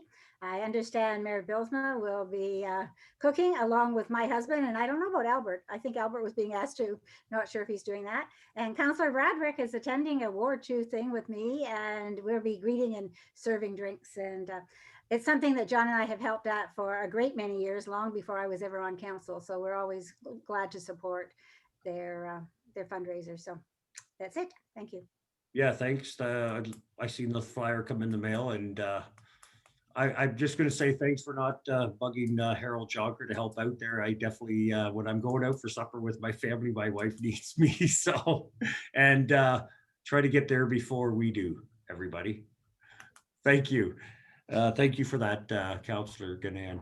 And okay, now we move on to new business. And I believe Mike Rayner has something that he would like to read. Or can I read it here? Let me see if I can figure this out. Yes, no, that's not it right here. Okay, that anybody that have new business, Councillor Rayner.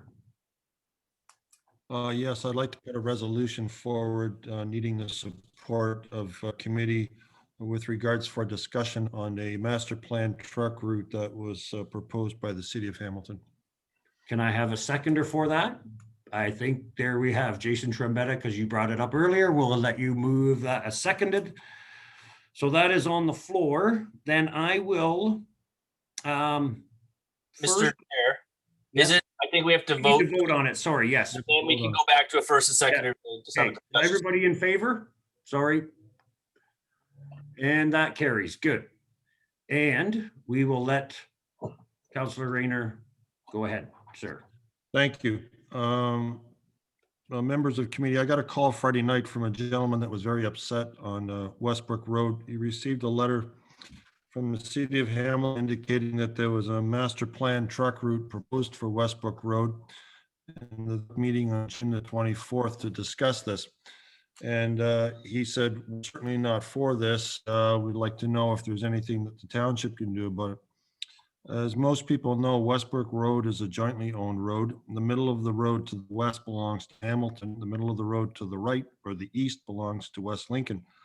I found this rather disturbing in the sense that it's a mutually owned road, and yet the city of Hamilton appears to have made no effort to have brought this forward to committee to discuss before they sent these letters out to the residences of our township, and consequently got them quite upset about it. I spoke to our director, and he's researched this today and has got some more information with regards to this, and I'd like to follow up after he speaks, if that's okay with you, Mr. Chair. Yeah, that sounds good. So if it's okay with everyone, I would, and Mr. Director Apollo, are you willing to speak at this time to it? Yes, he is. Good. Thanks. I'll give you the floor. Okay, through the chair to committee members. Yeah, Hamilton is undergoing their master plan review. Back in 2010, they did a truck route master plan. And now they're doing a review of it 11 years later. And basically they're undertaking a public consultation process following the Environmental Assessment Act. And they're holding a public meeting Thursday night. And really, the public meeting is an opportunity for the public and all other stakeholders, the municipality and other approval agencies to hear the information on Thursday and then provide comments. And comments are due July 9th. I spoke with some staff in Hamilton, and they did advise me that Westbrook Road was recommended to be part of the truck route master plan back in 2010 as a preliminary recommendation, and it was subsequently removed in the final report. And they're recommending, or preliminary recommending, and we'll be presenting that on Thursday, to include Westbrook Road once again as part of a truck route. The main reason for that, and there's probably a number of reasons, but the one main reason that I heard from city staff in Hamilton was that there isn't a lot of north-south corridors for trucks to use. The next closest one in the east area of Hamilton would be 5 kilometers away. So anyways, that's the process. It's just a public consultation process. They're providing the information and some preliminary recommendations, and then this is an opportunity for the residents in the town and any other approval agencies to provide comment. I will be providing comment on what my thoughts are from representing the township, and I'm looking forward to hearing from council on what their thoughts are. But if you want to participate in the process, there is a public meeting Thursday night. Hope that helps. Yeah, thank you. I think Councillor Rayner asked to right away follow up, and then I'll go to you, Councillor Trombetta, after that. Thank you. Thank you, Mr. Chair. To Mr. I would like you to state the township's position. I believe you support the residents there that this road is not the road that they should be selecting for a number of reasons. One of the obvious ones is, I guess, if the truck is heading south from Highway 20, it's acceptable because it's on the Hamilton side. But if they're from Bimbrook heading out and they're turning left onto Westbrook Road, they will be on the east side of the road, which will be West Lincoln's road. So I don't know why they're in a position that they think they have control of the full road, when I know in the last years when Councillor Trombetta's mother was the mayor, we had a number of issues on that road that have to be dealt with regards to construction, and she would call the mayor in Hamilton and we would split the cost because it was a split road used by both municipalities. So why would one take jurisdiction and assume that they own the whole road? I don't know. The other thing is, I did get a phone call later this afternoon from the individuals on Westbrook and said they would be quite willing to put a petition together. They are sure they would get everybody to sign it, that they feel it's not necessary, that this road should not be used for that purpose. The other thing is, there are alternative roads in Hamilton. I know the next one down heading west would be Woodburn Road, which comes out almost in front of the Hamilton Gun Club, I believe. So it's not that far down the road. You mentioned 5 kilometers. I'd be surprised if Westbrook and Woodburn are 5 kilometers apart. I thought they might even be closer than that, but maybe not. But anyways, there is another route, but certainly not in our township and certainly not taking control of a road that we own. So if the director would please, I would trust that we hopefully could have a motion together from this committee that, together with hopefully the same thoughts that our director has, that would also be presented to this public meeting, not only from the Director of Public Works representing the Township of West Lincoln, but from the Committee of the Township of West Lincoln. So if Mr. DePola could please state his position that you'd be willing to send the letter to, so that committee would know where your position is representing the township. Yeah, and I was going to ask that myself, and we did talk earlier. So are you prepared to kind of share what you were sharing with us earlier? Yeah, well, through the chair to Councillor Rayner and the rest of the committee. I don't know, where should I start? Yeah, it's a boundary road, so both West Lincoln and Hamilton have joint jurisdiction of it.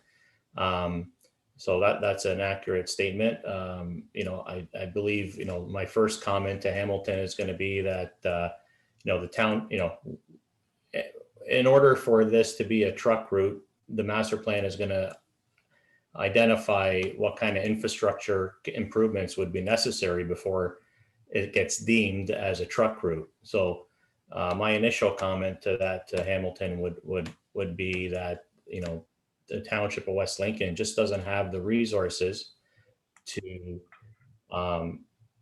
provide that kind of capital investment into, rebuilding a corridor for truck use.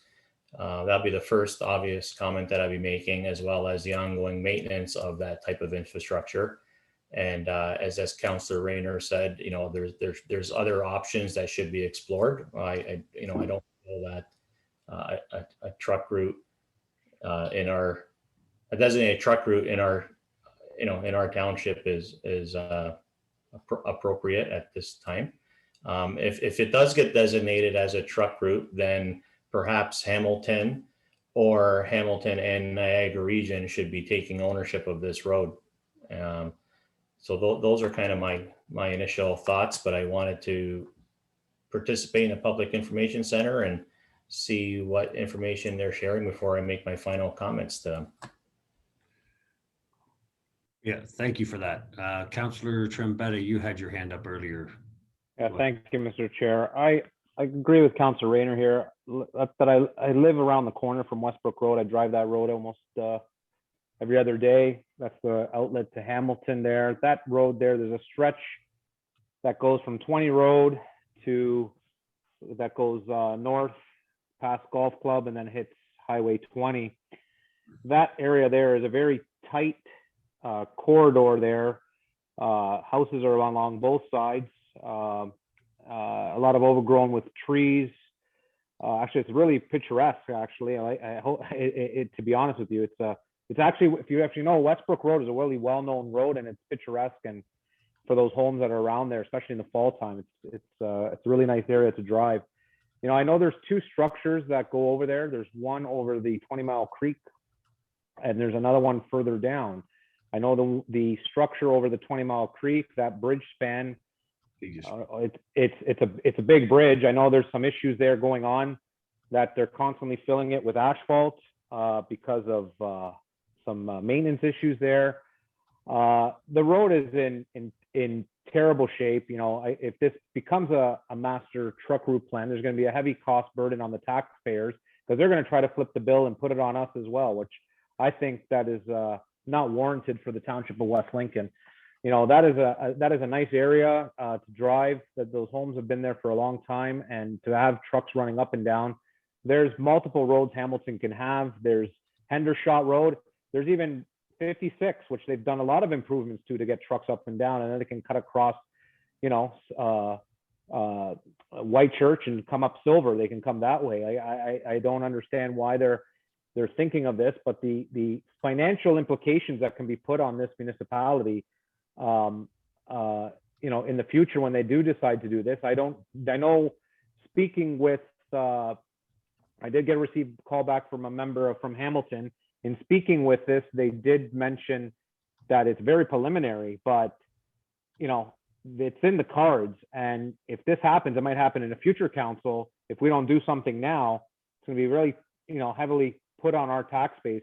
And nor do I want to see that happen, and nor do the residents want that, because I did have a lot of residents reach out to me through email and 3 or 4 phone calls again today as well. So I'm hoping this committee can send a letter, and our director does some work and gets out to Hamilton to saying that we don't want this, and hopefully this council can go with that.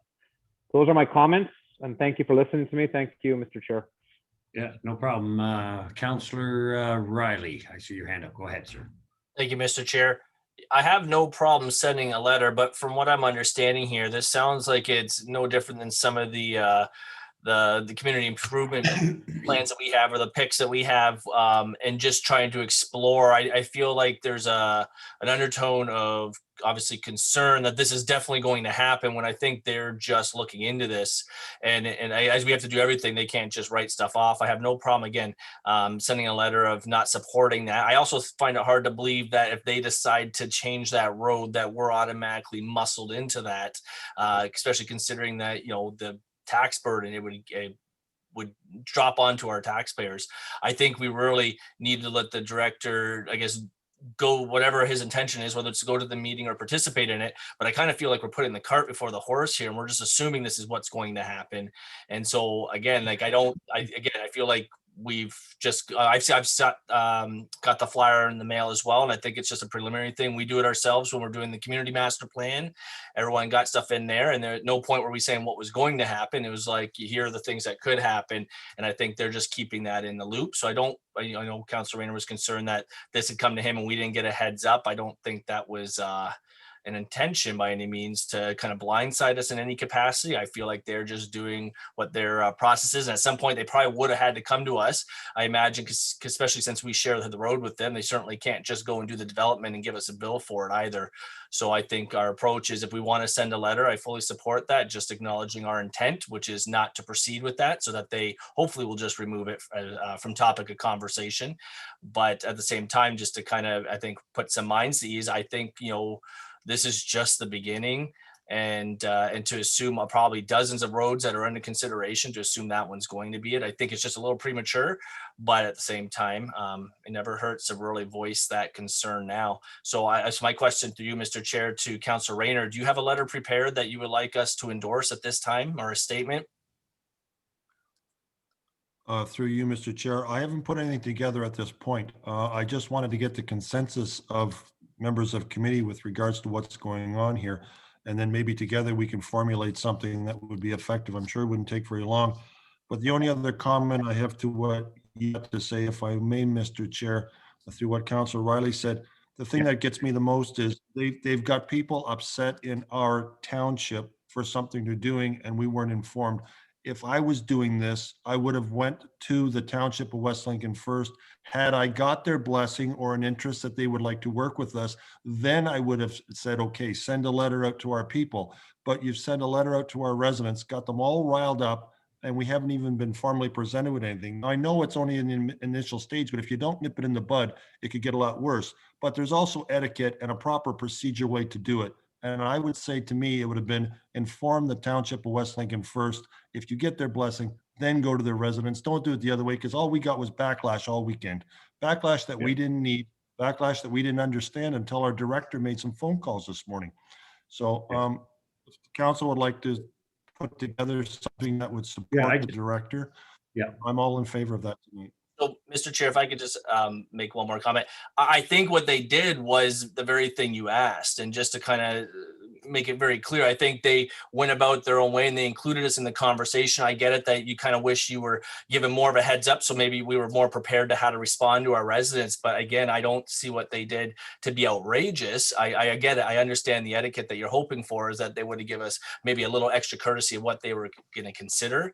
But at the same time, I don't think this is a blind signing moment. The fact that they even sent all of our municipality their intention, I think illustrates that they're trying to keep us a part of the conversation. They're trying to encourage us to get out there. And I would encourage you to encourage those who have reached out to you to take part in that CIP and actually have those voices heard, that there's no way they're going to stand for it and that they've taken it to their council. And that in itself might actually do more, probably do more for our community than just waiting around for us to send a letter just from our council. So again, maybe we have a difference of perspective here. I just think that they're trying to include us, and I get that you didn't get a heads up. I didn't get a heads up. None of us got a heads up. But at the same time, I don't think they're trying to exclude us from the conversation, which is kind of what I think I'm picking out here. But anyways, whatever the letter we want to send, I'll support that. I just don't think we need to make a mountain out of a molehill here. Well, and yeah, I'll just to move this forward, I think everybody's perspective is going to be a little bit different on how this came about. And but yeah, I do think a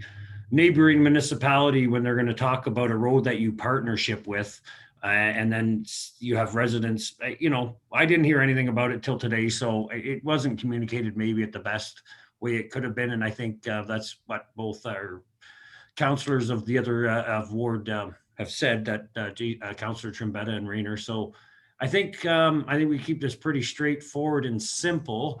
If I try to look at what the motion is that has been put in here by our clerk, I am guessing, is that correct, Madam Clerk?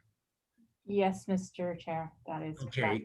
I don't know. It was just something Yes, preliminary that I put in. Okay, I'm going to read it, and I think to me it looks like it is going to cover what we need to cover, and we can move forward with that. So let me read this, and if there's any comments or concerns, and we can have a motion. Anyways, here we go. That the Director of Public Works and Recreation be and is hereby directed to send a letter to the City of Hamilton's project manager, transportation planning, and their consultant. Oh, I'm running into a technical issue here. How do I open that up a bit better? Okay, here it is.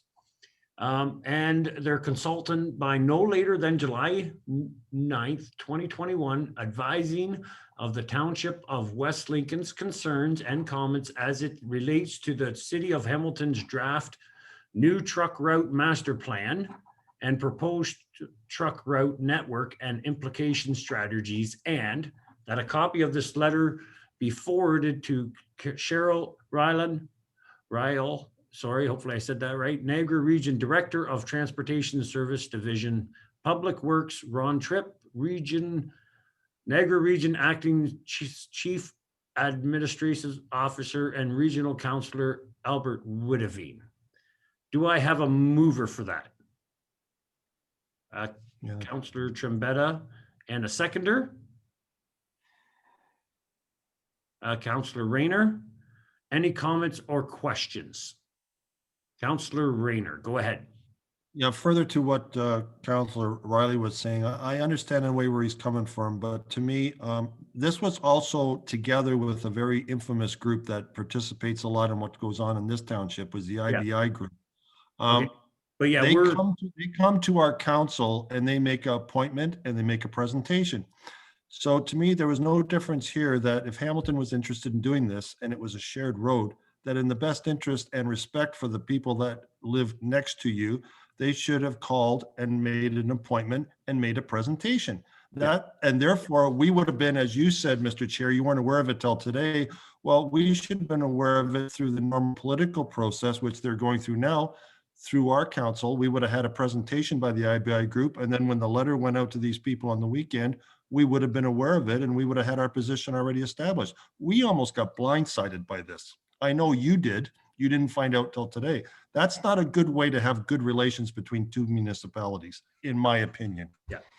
Okay. That's not what I would have done. Yeah. So you're not really responding to the motion in front of us, but yeah, your point taken. Councillor Trombetta, and then we'll go ahead. Just to be clear, we did receive an email from Jackie Thrower on Thursday in regards to this. The residents must have received this, when we received it as a council, the residents must have received it in the mail the same day.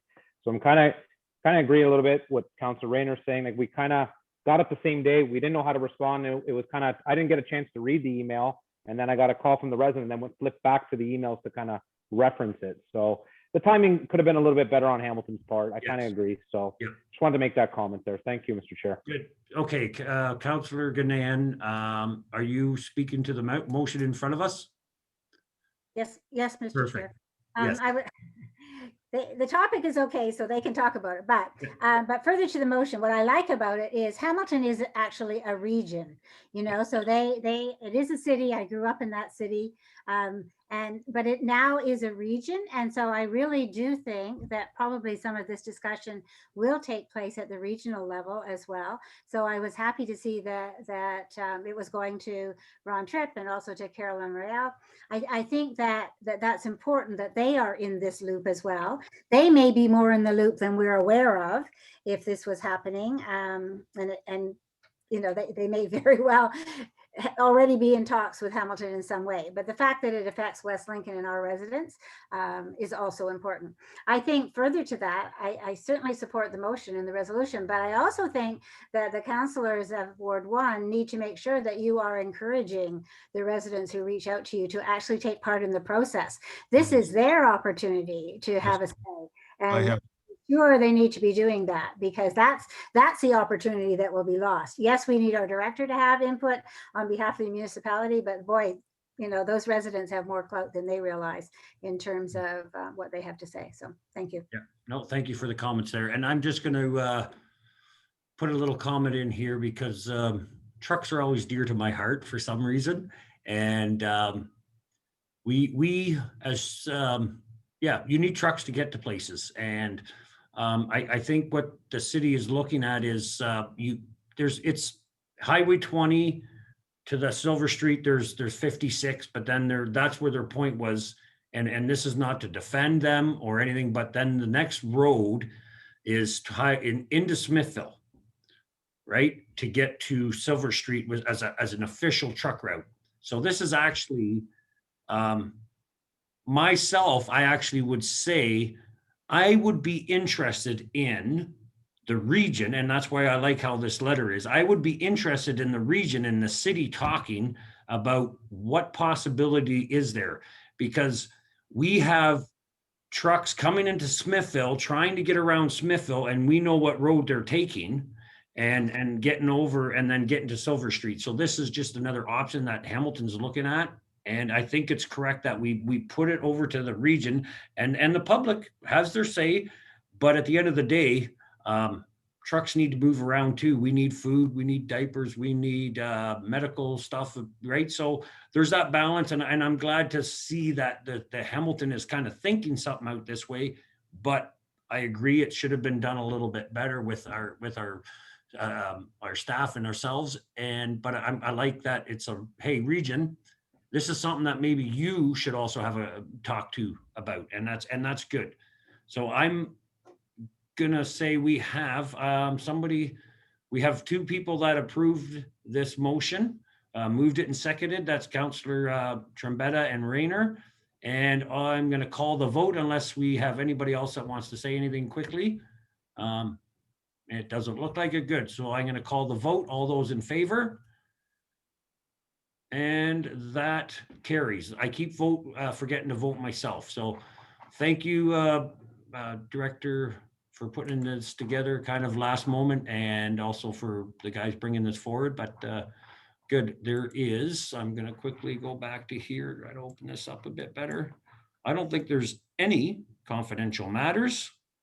And I guess we can call this meeting adjourned at 8:40. Good night, everyone. Thank you. Good night, everyone. Good night, everybody. Thank you. Thank you very much. Take care.